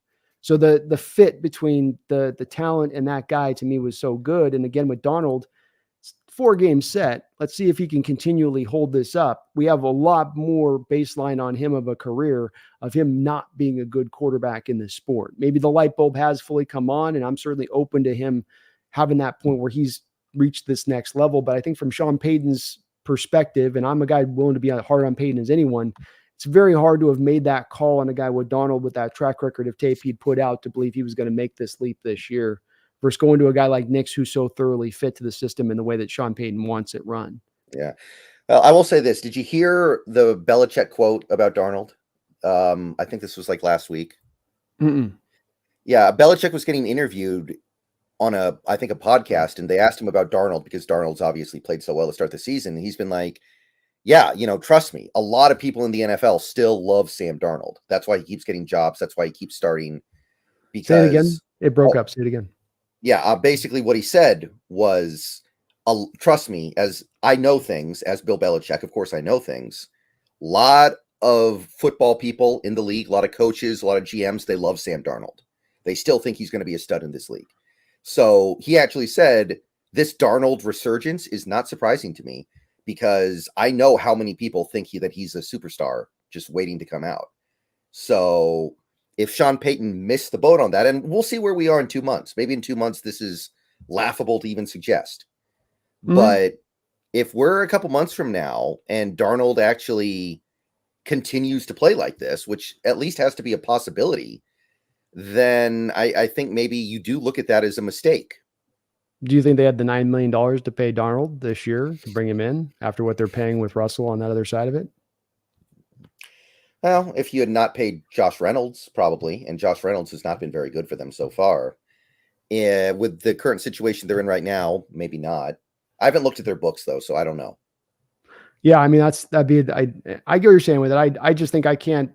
This has been maybe there's an opinion of that around the league in Darnold, but he's had 4 stops where he's not succeeded in, right? Like he didn't beat out Darnold. It didn't beat out Brock Purdy. He's much more talented than Brock Purdy and that 49er environment, and he was not able to beat out Purdy in that environment there. I mean, he may be that guy. I'm open to it being this is what we've seen from Geno Smith. You don't want to have your opinion set too hard on a quarterback. When we're talking about making a predictive model that he was going to reach that superstar phase, I think there's a very rare opinion out there that it was just a matter of time with Darnold. I don't think that was a pervasive theory out there with him in the outlook of him as the position. And there might be some teams that saw it that way. I'd be surprised though if there was like a high contingent, like there's this bursting. Otherwise, I think there would have been more interest in Darnold this offseason, right? Otherwise, he's not signing a 1-year deal. For decent money as he got decent backup money, but it's a 1-year deal of decent backup money. So yeah. I think that doesn't kind of match up to that necessarily on the surface, but we'll see with him. We'll find out, man. And in a couple of weeks, we're going to learn the truth of where he's at. And maybe it's turned. He is a former top 10 pick. The talent is legit there. There's no doubt about that. Yeah. And for the record, I don't think this is going to hold up, but it could. I'm open to the possibility. Yeah. No, I'm with it too, man. I think that's something we got to learn from the Geno thing is that these guys we get the opinion on them and the narrative sets, and sometimes that's not always accurate. And again, development of these quarterbacks is a progressive thing. Year by year, think of him as getting a little bit more and more better. And you have a guy Darnold now that's been in this league good number of years to improve himself from where he started out in the league. Mm-hmm. Be calm. See clearly. Thank you for another $5 donation. Be calm. Appreciate the triple donation today. Says I'm trying to cope with the D-backs. I feel the Mariner fans, TBH. I'm not sure what's happening with the D-backs right now. Oh, okay. So it was last game of the year, last day of the season. The Mets and Braves were playing a doubleheader. If one team won both games, they would get in and the Diamondbacks would get in. But if one team won one game and the other team won the other game, then both of them would get in and the D-backs would be left out. And each team won one game. So they got left out by one game, the final game of the year. And they literally had to be glued to the TV until the final out because it was that dramatic. No, that's a brutal turn, man. 162 game season coming down to the final day. It just seems just almost, fate's being almost mean to you, Be calm when that it goes down like that. I'm like, really, it's got to come down to the final game. We couldn't decide this in 157. It's got to come down to 162. Yeah, or you can be like the Orioles and play elite baseball for 6 months and then score 1 run in 18 innings and it's just over. That might be worse. I don't know. Hard to say, man. Hard to say. I think the Mariners got the worst end of it when it's all said and done because ours is a yearly event and we go through the same cycle, it seems like, every single year on that front of things. Yeah, we missed the playoffs by 1 game, like I want to say 3 times in the Robinson Cano era too. It's had a couple times you've come up just short on it. All the more reason why it vexes the mind why the ownership doesn't learn at times of adding more to talent to get you up over the top. But they seem very happy with just getting up close to the spot and being barely above good. Look, I mean, 53%, right? I mean, that's what's you saw play out this year. That's what the front office has told you that they are. And as a Mariner fan, that's what you should probably accept they're going to be at, unless you suddenly think this farm system is going to take over the Major League Baseball. Well, 54% would have gotten us in this year. I would have taken 54% this time. I wish we were 54% this year, man. That would have been nice. It's a 10-year quantitative, man. It's a 10-year quantitative. Yeah. And, to be clear, I know what he was saying when he said that. He didn't mean it quite the way some people took it. It still sounds terrible, and it's still not a very good thing to say. But I understand what he was saying when he said it. I struggle with understanding why he said how he said it, because I think it's completely one that is tone deaf to what's been going on in this city and the fans that you're talking to. And I think that that's the biggest problem with it is it's not even just the ridiculousness of a team shooting and aspiring to be at 54% win rate. It's that you're telling a fan base that's never been to the World Series that that's the plan. And what you should be selling to a fan base like that is that we're out to dominate, that we're out to show you guys that we need to reward you for all those years of hard, enduring suffering you've gone through. That should be the opposite. And it's not. And it speaks to their. Yeah. What he was trying to convey was that in the long term, there are going to be some years where you're winning like 60% of your games. And then you're going to have the valley where you're winning less than 50, like maybe 48%. And it's going to go up and down. And his goal is to, over the long run, win 54%.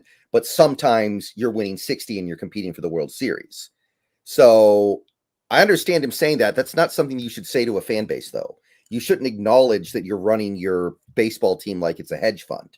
You shouldn't acknowledge that you're trying to, you're like a 401k trying to eke out an 8% return every year. That's not how you should acknowledge. That's not how you should publicly say you're running the team.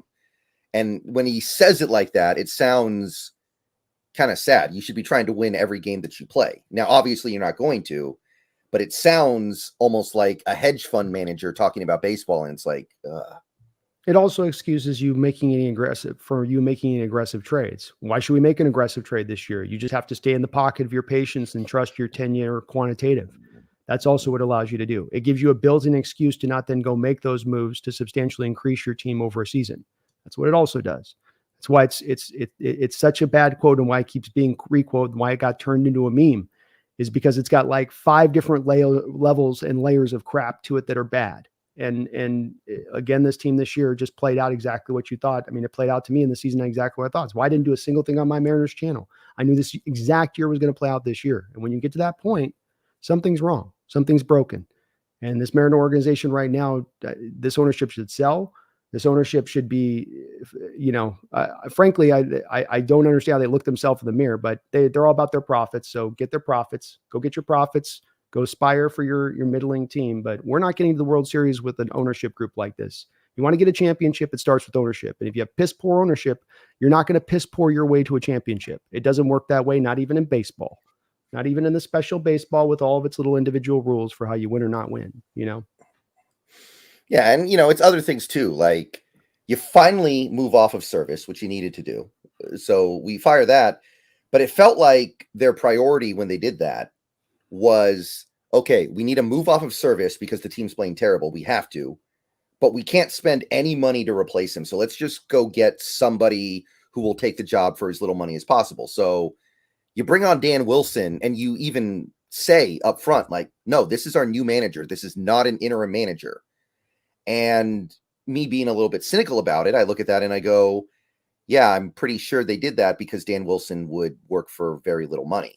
I don't think that was a decision made because you think he's actually the best guy. Like the Marlins are letting their manager go this offseason, and he's considered to be very good. You could go after a guy like him, but that would actually cost money. So you're probably not going to do that. It's things like that too. Well, it's always back to that we don't want to spend money thing. That's what and you can get yourself draped in a lot of other, it's this conceptual thing, it's that conceptual thing. At the end of the day, you've got a cheapskate ownership group that doesn't want to spend money. Don't overthink it. That's the problem. That's the problem. And they can drape it in. You don't win by spending money. You don't do it. They can make every excuse in the book. They can reference a 10-year period, but all that's doing is just trying to get your eyes turned away from what really is at the center of this and at the root cause here. And it continues to be their blind spot, but they don't care. And fans, frankly, in Pacific Northwest are going to keep showing up anyway. So why should they care? If nobody holds their feet to the fire, why should they change their ways? But at the same point in time, as a Mariner fan, don't expect you're going to go get a World Series with this bad of an ownership group. Like I said, you're not going to luck your way into it. It doesn't work that way. It doesn't work that way in any sport where you're just going to kind of fall into a championship. And right now, that's kind of what they're hoping, or I guess they're just hoping they can create a super farm system where all the young cats are going to suddenly take it over. You'll find me very pessimistic that this is going to work, though, Brennan. It's actually very similar to the way Jerry Jones is running the Cowboys, I think. I don't think Jerry Jones cares about winning a Super Bowl. He just wants to be good enough to trick the fans into thinking they're going to win the Super Bowl. Yeah, I agree. I think that's completely the case. And you see it with how he spends on the bottom line. Cowboys are one of the cheapest teams in the bottom line of how much money they spend. They're one of the cheaper teams in the NFL in that respect. So you are what you are. You want to be that way, fine. But then don't sit there and go, what? No, it's not money. It's not really about that. It's about this, it is about just that, Be calm, see clearly. Geno Smith does throw some annoying picks. I mean, who doesn't in the NFL right now? Everybody's throwing picks. Like even Mahomes, some of these picks are unconscionable. So, yeah.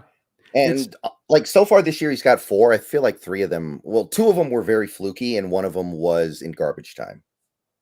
Yeah, certainly the last ones, you got a guy that throws 56 attempts on the day against the Lions, and that's really only that one was the real bad one. I think there's maybe one other close one of being picked. But if you're going to be calm, the 30th pass protection unit, this is one of the offshoots of that, in that though he's giving the yards, another part of what you're going to get with that at times is rush throws and throws that are going to be picked off because you're not giving him the pass protection that most quarterbacks have as a prerequisite. You think back to that interception with Charbonnet where it tips off his hand and he's in the shadow of his own end zone, or the other play where he throws it over the middle in the first game against Denver and intercepts in his territory. He's got a pass rusher literally with their hand on him. He's literally getting just about taken to the ground very quickly on pressure when those kind of things happen. And so if you can remove some of that in the pass protection, you can improve Geno, and then you'll get less interceptions with Geno then as well with that, I think. Yeah. And it would not surprise me as the season goes on if we're able to get this rushing attack and we're able to get this defense all clicking. His interceptions go away because he's not going to be put in situations where he has to just keep going and going and going. Exactly. Yeah. So I think these things will get cleared up a little bit of time. It really comes down to, though, if you see a game where he's throwing picks, in my opinion, it's not just Geno being bad. It's most of the time you go down to doesn't have the running game going, doesn't have pass protection, defense not holding up their end of the bargain. And then we get back onto it being kind of on his arm to make it happen or not. And when that happens, you're putting quarterbacks in kind of a high degree of difficulty there and trying to make it happen because the pressure's there. They have to throw too much. There's no balance. It can get ugly quick on those kind of situations. It's Hoof. Thank you for being a member for 41 months. I think this is your end, right? Yeah, this is me. So almost 4 years over on Brendan Nelson's channel. Thank you for that support to him. Says Mariners ownership still scared by the Robinson Cano contract. We're cooked. The thing is, the Robinson Cano contract was good. Like individually in a vacuum, we got really good production out of Cano for an extended period of time. Whatever you could have expected out of that Cano contract, reasonably, you got. So if that's what scarred you, then that's really bad. And didn't you eventually with him on the trade get the kid that didn't settle out as a prospect, went to the Braves this year?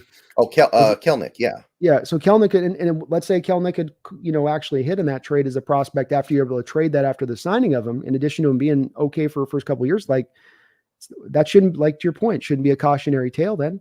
That should be, if anything, like that was fine to go down that road with it. So yeah, I mean the thing you should be scarred by is doing the Cano contract and then not doing that one more thing you needed to do. Like the year before the Mariners brought in Nelson Cruz, they missed the playoffs by 1 game. What if they brought in Nelson Cruz the previous year? They're definitely making the playoffs. Nelson Cruz is the one of 2 guys who have ever lived who can hit home runs reliably at T-Mobile Park. Yeah. Like Nelson Cruz says, to hell with your marine layer. I don't care about the marine layer. Yeah. I don't see the black backdrop. Just nothing but ball. Yeah. You've got to eventually come around to spending money, and they can't look at this year. It's as brutal as it is. You have an all-time great starting rotation, but you have an offense that can't muster anything up. all-time great rotation, and you don't even get in the playoffs. We're not talking about winning World Series. You don't even get in the playoffs with an all-time great rotation. And if that doesn't, again, another example of something is really wrong here. Something's wrong. It ain't just like, oh, bad luck, or like Salk tried to say the other day, God, that pissed me off with him. I so hate these media types, Brendan, that they're all with their access. They want my access. Give me my access, So they'll sit there and they'll lick the boot of the organization. They'll sit there and they'll get on the knees for the organization at every turn so they can have their access. And he's sitting there with a Oh, crap. We cut out. Hold on. I don't know what's going on tonight with it. All right. But he's wringing his hands and he's going, it's baseball. He's saying, well, it's just baseball. He's sitting there doing this move. It's just baseball. It's it's baseball. Going, come on, Mike. You know better than that, Doesn't have to be baseball. Baseball could be something else. I mean, like, if John Stanton can't afford to really run the team, then he should sell the team. We've seen this in other sports before. We've seen owners like the guy who used to own the Phoenix Suns. I think his name is Robert Sarver. Like, they hate him in Phoenix now because he refused to spend any money on those Steve Nash teams, and they never got over the hump because of it. I remember there was this one chain of events where they gave away 4 first-round picks just because they didn't want to have to draft a player and pay them. He literally gave them away and got nothing in return. He just didn't want to spend the money on the rookies. Yeah. And they hate him now. And now they're owned by a crazy guy with too much money, if anything. And that's a whole different thing. But point is, at least now they're trying, right? Yeah. I think it comes down. That's before we're looking at, well, we got to do this. We got to do that. Owner needs to sell the team. That's what really needs to happen here. He can't spend the money. He's a cheapskate. He doesn't have the cash. Whatever his reasoning is, he's not doing it. That's what needs to happen with the Mariners if we're going to have any chance to gain back the World Series, is actually getting ownership in here that will put down their pocketbook, that will understand that fans support this team, that will show up to the gate in $3 million every year. Show the support back to them. Show the love back to them for a fan base for 50 years that's had this team's back, that's built them 2 stadiums in this city. Reward them now. Stop giving them the short end of the stick like we're doing at every single effing turn. Mm-hmm. Be calm. See clearly. Thank you for another $5 donation. We've got one person puts a donation. You put 5 of them in. I want to thank you guys for that. Be calm. You are amazing tonight on all of the support. I really do appreciate that. Seattle, imagine if you had a player like Ketel Marte or Corbin Carroll. I would take Gino Suarez back next year, personally, if you guys are offering up your players. I think we're going to need help at that third base spot. That's going to be a real dead zone. And Suarez was a monster down the stretch for Arizona. Like, I don't know where that came from, but he went off. Yeah, no, he definitely did. I think Suarez is to me, it's an example, Brendan, of the fact that you've got to change something in the stadium with the hitting. When you see players go from being a pale, just a pale version of themselves to now back to their almost prime selves when they leave, something should maybe be clicking in with you on that. But this is another place the Mariner organization wants to live in where, we've got the most pitcher-friendly park in baseball. We got the shutdown rotation. Yeah, but your hitters can hit for nothing. Balance it off. No, we don't want to do that. We don't want to change that. It's the most stilted organization in their approach. It's so just, they will not move, and it's so frustrating to watch. And frankly, it's what makes me check out of watching the team. Because if you're not going to really try to win, what's the point of me watching as a fan? What, I'm going to lie to myself and go, well, maybe if everything breaks right and, this turns and that turns and this guy clicks and that just rarely so happens in sports, to think that, on a prayer, so to speak, with that. Yeah. After they fired Service this year and after Dan Wilson got in there, the team actually started hitting a lot better. So there was a lot of talk about that. And they were basically, people were discussing what Scott Service and his coaching staff was having the hitters do. And it just really aggravates you. Like, how did we get people in here stupid enough to think this was a good idea? Because basically they told the hitters, just wait for the perfect pitch. Just wait for the perfect pitch. Stand up there until you get your perfect pitch. And that was producing league worst results. And then you get Dan Wilson in there, who is just like, hey, see ball, hit ball, keep it simple. And then the offense starts playing well. And it's like, how did we stick with this for 5 months? If we fired Service 3 weeks earlier than we did, we probably would have gotten in at least. You couldn't have done that. Like, it's just aggravating. Well, it's hard to find a lot of intelligence in their approach right now. I like that they built the farm system up, but everywhere else you look across the board and how they developed many line. I mean, how many lineups have they developed over that have been about home run hitting and strikeouts and little speed? How much have we seen that in the lineup over the past few years, that Mariner team, Mhm. which doesn't make any sense in that stadium at all. But Yeah. that's the nature of the beast with this Mariner team, man. That's just the way that they're rolling with it. And like I said, it's not going anywhere anytime soon. Be calm with another $5 donation. I can't even keep up on all the donations with you guys today. We're getting so many in the chat. You guys are amazing. Thank you for that, Big Calm. I think it's your fourth or fifth one. Thank you for the drop. I salute you, sir, and appreciate you. If you fix my starting rotation, you can have Ketel Marte, 2 top end starters straight up for Ketel Marte and pay him. We don't really need a shortstop is the thing. I mean, we kind of do, but we also kind of don't. It's complicated. Can we move Ketel to third base? If he can do it, that would actually work out pretty nicely.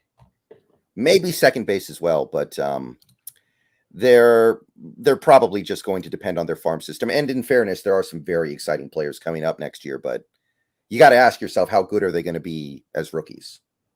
Like, because we need help now. We don't need help in 2 years. That's the thing. It's true. Yeah. Just as your hitters will start getting going, then you're going to have to start offloading the pitchers and probably have to let go of Cal. And it's now you're trying to build that part back up again. So push, pull. They'll probably end up moving somebody in the rotation for a hitter this offseason, I would imagine. I don't know who it'll be, but I'm going to make a wild guess that somebody gets probably moved for somebody. Be calm on that rotation. Got to do it, and you ain't going to sign somebody. you know you need to add hittings from somewhere. So I don't know how else they would do it kind of at this point, unless, like Brendan says, just trust that those youngsters are going to come up and develop. Yeah, and I do love our farm system. We got some great kids down there, but history tells you most of them will not pan out.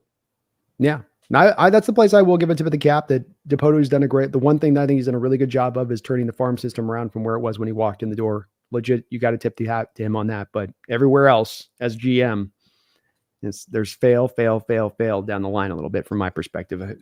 Yeah, the streak of trying and failing to find a competent second baseman is going to be studied for decades. Like, they come here and they look like they've never played baseball before. They're not even bad. Yeah. They're incompetent. It's a real skill at this point. No, it is. And that stadium, man, I'm telling you, it gets in hitters' heads. That stadium messes with hitters more than any stadium I've ever seen in my life in baseball. I've never seen anything like it in my life. It freaks them out. It freaks them out when they hit a ball and they freaking barrel it up and they know they smashed it and it dies at the front of the warning track, not the back of the warning track, not with the outfielder with his back on the wall. It's in the front of the warning track. And they go, wait, I destroyed that baseball. How did that not go out of the park there? It starts to get in their head, man. You see it with hitter after hitter. And again, with the hitters that leave versus the hitters that are here and how they suddenly improve like Eugenio did. I hope they take some steps on it, man, because it's not helping. It's not helping. Yeah. Thank you, Be Calm, though, man, for all of your support tonight and all of your donations. You guys were amazing tonight. We had over 36 donations and memberships to the channel. Thank you guys for all of that. You are amazing in your support to both of our channels. And I know I do speak for Brendan in saying it's very much appreciated. So thank you for that. Thank you, everybody. We love it. Well, we will be potentially getting a special show here for you guys coming up this next Monday. We're going to talk about offline, get kind of hopefully something set up. But we wanted to do some of these, special shows because Tuesday doing the wrap up show is a little bit late for after the Sunday game. So we're going to try to take a look at this next Monday at taking a little closer look at the Seahawks quarterback position and getting into a bit of a discussion on some of the proper approach now that we've seen a bit of how this has developed with Geno in this offense with Grubb, how he's looked, and the decision you have facing down the line here with Geno at the end of the season. So me and Brendan will be back a little bit sooner than a full week out. We'll be back probably around Monday to discuss that and talk that over. So be ready for that show on your feed on it. If you haven't already, please do both hit the like button on wherever you're watching this, either on Brendan's side or on my side. And as well, please sub up over to Seahawks Brendan Nelson or here to the Hawks Nest if you haven't already. It helps us out as we're both looking to really maximize this growth during the year. I thank you, Brendan, for doing the channel with me. We got Be Calm still coming in with a little bit of extra kindness here. So let's pop this one through. Thank you, Be Calm, for another $5 donation. He says, Ketel can play second base. I'll throw in Blaze Alexander. Who can I get? Well, if he starts playing second base, he's going to hit like 180 with like 7 home runs because that's just how it goes. If he goes to third base, he might be good. Like, we've had good third basemen over the last several years. Actually, we've mostly had good third basemen. Seager was good. Suarez was good. For first part of the year, what's his name? Rojas was playing like the MVP of the league. So I don't want to put that evil on anybody. Playing Mariners second base, like that is they'll call it the curse of Robinson Cano because he was the last competent second baseman we had. I mean, a lot of competent ones in our history too. Harold Reynolds and Joey Cora, and it's about it. About Brett it Boone. for a 50 year. Brett Boone for 1 year. Yeah. For 1 year to like 2 years maybe. Yeah. Everyone who ever I talked to a lot of people in Seattle sports, they all tell me Brett Boone was the biggest dickhead, like just the biggest ass ever. He probably roided out for the year he got. It was in the midst of the year of, there's a whole thing where Jose Canseco said in spring training he caught Boone, and Boone was all jacked up, and he's like, "What happened, Booney? You've been," and Booney was like, "Shh, shh." And so I wonder about whether he did, because he went from a guy that was kind of a light hitting second baseman to putting 36 jacks out in Safeco. You're like, you know, and that happened a little bit during that era where there were some of those guys that were doing that, where you're like, okay, buddy, you know, they're doing that. Yeah. Didn't Beltre hit like 50 home runs for the Dodgers and then immediately go back to hitting like 15 a season? He did. Now he did go, it was the 52 to the Mariner Park though. So he went from, but again, Dodger Stadium's also a pitcher's park. So hitting the 52 in Dodger Stadium was not him hitting it in a bandbox like Camden Yards. So you did go well. But yes, that was a weird one too, because he was right in the middle of his prime. You weren't signing him at 30, 32 years old. He was still like 27 because he was such a young player signed by the Dodgers to eventually get to free agency. But, you know, that's that also thing where it's like, you can't sign right-handed power hitters unless their name is Nelson Cruz to play in the stadium, right? Like, it's like, thou shalt not. It's like, it should be a commandment of the Mariners organization. I cannot sign high strikeout, right-handed power hitters in the stadium, especially pull hitters at that, because it's going to go ugly for them unless they've got the upper deck power kind of power. And that's, I think they're flirting with, like, isn't Alonso a righty that they're talking about, with like Alonso coming in from the Mets? Well, not after what Alonso did today. I don't think he's going anywhere. He saved the Mets season with that home run. I think he's. Well, I think they're going to give him the lifetime contract. Well, I'm okay with that, because I looked at him, I remember 2 years ago, and I thought I saw him as a right-handed heavy strikeout, gets up base a little bit better, but you can't have that, man. I mean, you've got to build a lineup of guys that can lay in contact, get the contact on the field. If you're going to get power hit, it's got to be left-handed. If it's a right-hander, it's got to be able to go the other way and take advantage of the porch to the right field at times. You have to look for those kind of hitters. Build to your stadium, especially if you're going to have a stadium that's so inherently different than other stadiums and how it plays. Yeah. You know, the Mets, they need like a legendary player to play their whole career as a Met, because that's the thing with the Mets. Like, you know who the best player in Mets franchise history is who actually played his whole career with the Mets? Who? A guy named Ed Kranepool. Ever heard of him? No. Yeah. Ed Kranepool, a guy who was like a banjo hitter. He just happened to play his whole career for the Mets. Came up when he was 17, retired when he was like 38 or something. Just spent 21 years on this terrible franchise. When he retired, he had almost every offensive record. And he's still like Mr. Met, because that franchise has been so completely unable to develop their own superstar. It's actually kind of amazing, because you look at the other New York team, they got players like that coming out of every part of their body. And it's like the Mets just cannot get the forever player. Yeah, they had, that's why I was hearing a story about them too recently, where Kevin Mitchell trade back in the day, where he was moved to the Giants, and he was moved because of kind of the beginning of the cocaine problems going on with Dwight Gooden and Strawberry at the time. And he was a rookie who played really well for them, but he had like destroyed the clubhouse when they moved him. And that would have been one of those kind of guys, you know, to your point on that they get kind of jumpy on moving certain guys like that in an organization. It's part of why they haven't been good. Yeah. Strawberry wins 3 World Series with the Yankees after leaving the Mets. Doc throws a no-hitter with the Yankees after leaving the Mets. Tom Glavine goes to, what was it, the White Sox, Braves, and then the White Sox. It's just like, man, you're a New York sports team. Why can't you be good? It's so not okay that New York sports teams are not good. It's like the Giants being bad for these last 10 years. To turn it back to the actual topic of this stream. Yeah. You know, Roger Goodell grew up a Giants fan. Mm-hmm. Goodell would give you free Super Bowls if only you could build a competent organization. And you can't do it. It's sad. It really is. It's wild to watch. To your point, it's like it doesn't make a lot of sense because you would think that they would be a lot better run at this point. And they look so dysfunction, especially in that behind the hard knock stuff. It was really showing the behind the lines. We're like, oof, boy, this is really the conversations they have. Yeah. Yeah. Yeah. Wasn't Brian Dable like putting his feet up on the table whenever he had players come into his office? I always thought that was Something. kind of a bad look. It didn't look very professional. None of it looked really professional. The talks and the conversations didn't seem in depth. They didn't seem like they were. It was just a lot of like sometimes deer in the headlights and weird conversations and awkward silences. And I just surprised me. I'm like, hey, it's run that way, huh? Well, that's wild to see. Be calm. Thank you, man, for all of your donations again to the channel, man. So many donos today from everybody. We put well over 37 in the kitty. I want to thank you guys for that. That's unbelievable.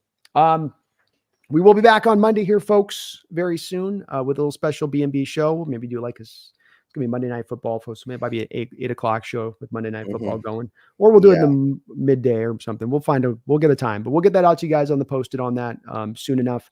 Please hit that like button again, just on your way out the door if you guys can for us. Helps us out in the video, shows up on the algorithm. Brendan, thank you for doing this. As always, we almost got 3 hours on in today, man. So thank you for having me on. Got it going. So we'll be back real soon, folks. Hopefully our Hawks can go get this win against the Giants. We think it should be a fairly comfortable one. They're going to come motivated, and I think they're coming ready to play and set the stage for that great 49er matchup just a week away. So we'll be back here very soon, hopefully coming back with a win. But until that time, please, my fellow Seahawks fans, don't you forget. Go Hawks. Go Hawks.